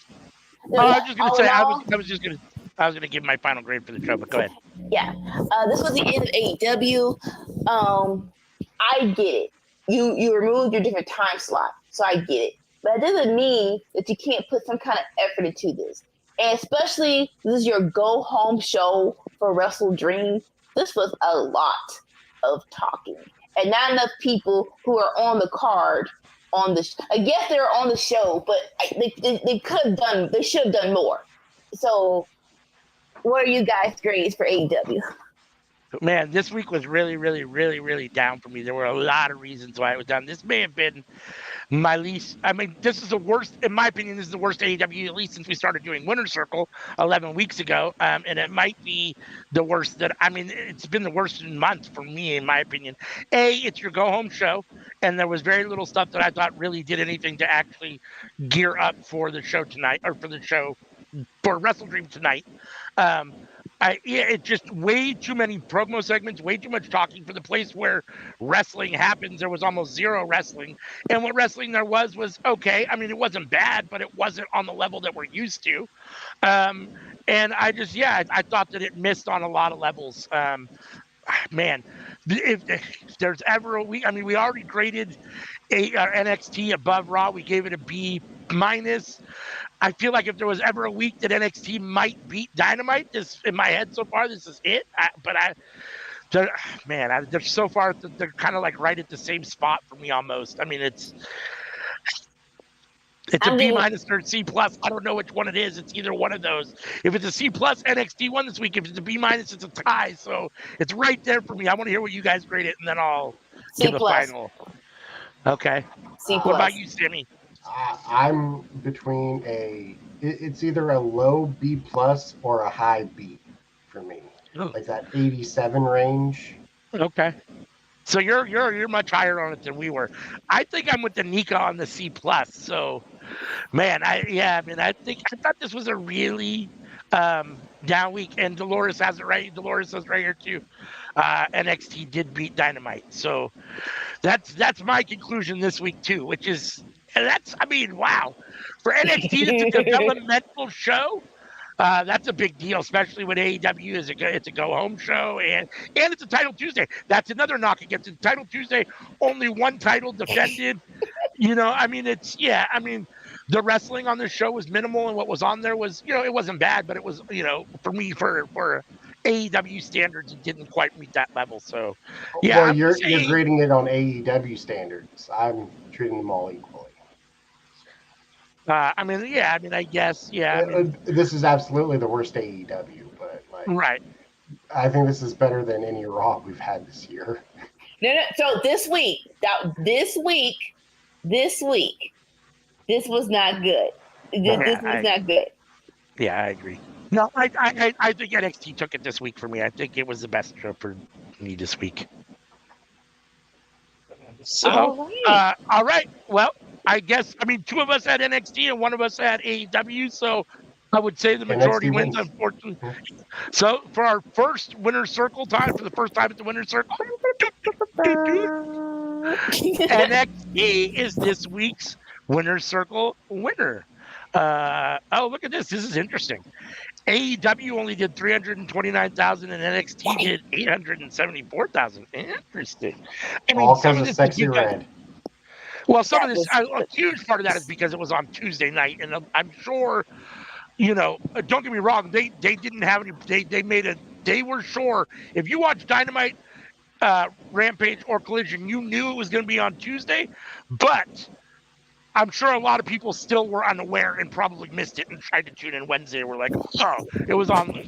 So that doesn't surprise me. When you change days like that, it doesn't surprise me. But it does further iterate and show how good NXT was this week and how down for what it is. Normally AEW is down. So, but having Bianca Belair, Jade Cargill, Randy Orton, NXT was stacked this week. It was really good. Somewhat. And both weeks, the first 2 weeks have been really good on the CW. Do you think they would have pulled those numbers if they didn't have those people on the show announced for that show? When and you say, AEW was up against the game, so. When you say, no, I know they were here for War, but in my mind, when you say stacked, comparing it to the last time they went off against AEW and they brought Cena, Cody Rhodes, and The Undertaker. Yeah. Bianca and Jay are and Jade Cargill are not on that level. So I'm like, yeah, they umped it up, but they didn't ump it up to the part. What did you just say? I said that Bianca, Jade Cargill, and Jay are not on the levels of Cena, Taker, and Cody. What? Why does this thing do a surprise tag? I mean, Jey Uso's Cody's on the higher level. Okay. I was going to say that Jey Uso might not be the only one that's not like the rest, but I mean, Bianca Belair may be the best women's wrestler in the WWE. So how is she not on the other level as the best men's wrestlers or on the level of Cody Rhodes? We're talking about Taker and Cena, who are on probably people's Mount Taker wasn't of announced, top 4, right? But yeah, I mean, and Jade is Jade. I mean, like, I'd rather watch Jade over any than Undertaker or Cena or Cody any day of the week. So coming from you, I'm not saying you're wrong. Coming from you, that's a spicy take. That's all I'm saying. Like, listen, I'm gonna give her maybe one more. I do think Bianca needs more title reign to cement her legacy. I think she's gonna do it, but as of right now, no, she's not on the Mount Rushmore just yet. That's just me. No. Well, it's not about all time. It's about right now. Like, it's her and Rhea Ripley. Like, yeah, like right now, yeah, but like we're comparing Cena and Taker to Bianca Belair. No, there's a gap there. Yes, there's a gap. Well, I wouldn't. Oh, yeah, no, I think the comparison is her and Cody. Well, I'm not comparing them to each other. I'm comparing them to their peers. I'm comparing Bianca to the other women that are her peers and the men to their peers. Bianca is equally above her peers. I think she's already on the Mount Rushmore. One more title, I think it solidifies it for me. WWE at minimum, it's debatable all time, any promotion ever. WWE, I think she's right there for me. One more run definitely solidifies it and makes it no doubt. But so, I mean, compared to her peers, and especially right now, even with Jade around, even with the Io Skies and the Kairi Sanes and the Bayley's going good, Bianca, for me, is still head and shoulders above them. So in her peer group, she is the top of the current peer group, in my opinion, right now. Cena and Undertaker, they're not the top of their current peer group. They haven't even done anything in fucking who knows how long. They're just there in the legend status. So, you know, I mean, it is what it is. Sure. I mean, I agree with you that, yes, Bianca, so far, her career, she's not in the legend status that Undertaker or Cena is yet. But I think the only person in contention against her is Rhea Ripley, where people could say her instead. And it's like, all right, I can see that. And Dolores thinks Bianca's better than all the women we've ever had in WWE. Listen, she said have had. I love Jay. I love Bianca. But right now, her being... So who's better? So who's better overall at this point in their career? Who are you putting above her? Who's on the Rushmore if it's not Bianca? So let's be very, very clear. Right, like, okay, in general, from her debuting to now, she is in the top 3, most definitely. But right now, as being a tag team with Jade, she could be doing more. Like, but she's not... She wasn't on your Mount Rushmore yet. So who is your Mount Rushmore women's wrestlers WWE? Of all time? Yeah, you got 4. So this is nostalgia, but whatever.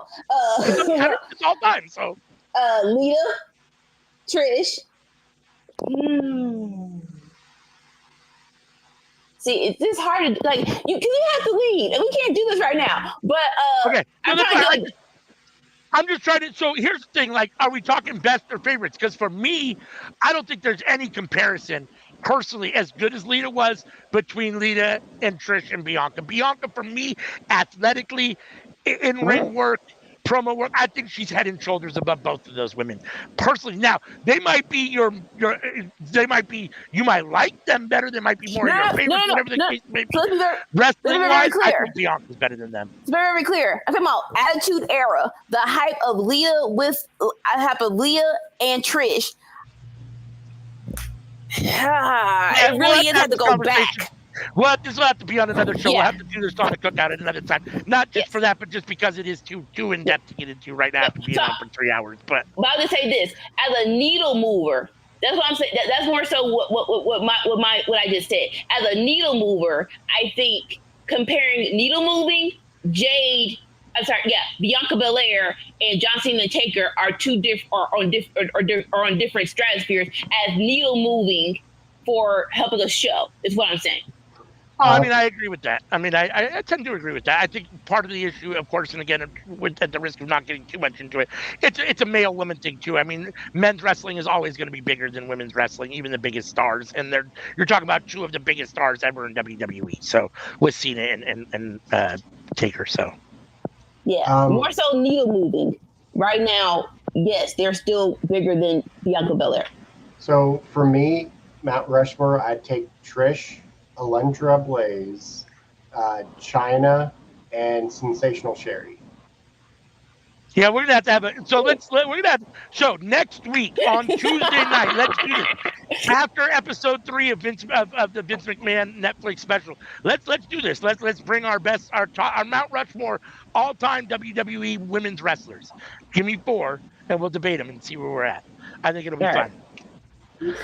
Dolores, real quick. Dolores says, as a singles wrestler, Lita, Trish, and no one else was athletic, beautiful, and a great talker, and has business mind like Bianca. Girl makes her own gear and does her hair. You got people trying to be like her. Yeah, no, I agree. I tend to agree. I mean, I think Bianca's on a whole nother level myself. I think she's had such an amazing WrestleMania entrance with all the little girls doing her dance. Yeah. Oh, so, all right. So, I hate to do this, but unfortunately, I do have other stuff I got to do, and I got to go to. We got to go to a pumpkin patch, so I'm going to clean the house real quick and then shut off the lights. So, scan this little horsey. The QR code, it will take you to Linktree. From Linktree, you can get to all of our social medias. They're all there in one nice place for you to see and for you to get to. We are everywhere: TikTok, Instagram, Facebook, X, Twitter. You can follow us on Twitch. You can watch all these videos on Twitch as well. We always broadcast to Twitch, so you can follow there. If you're new here, hit that subscribe button on this YouTube channel. Hit the like button on this video. It helps a lot. Hit the bell on the YouTube channel to be notified. That's the best way to make sure that you get notification every time we put something out. Let's see, we are here every Sunday for Enter the Square Circle, where it's myself and Sammy Joe battling it out on WWE 2K. We may be taking a slight divergent and doing some Madden stuff, being that we are in the heart of NFL season. So look for that. That might be on Monday instead.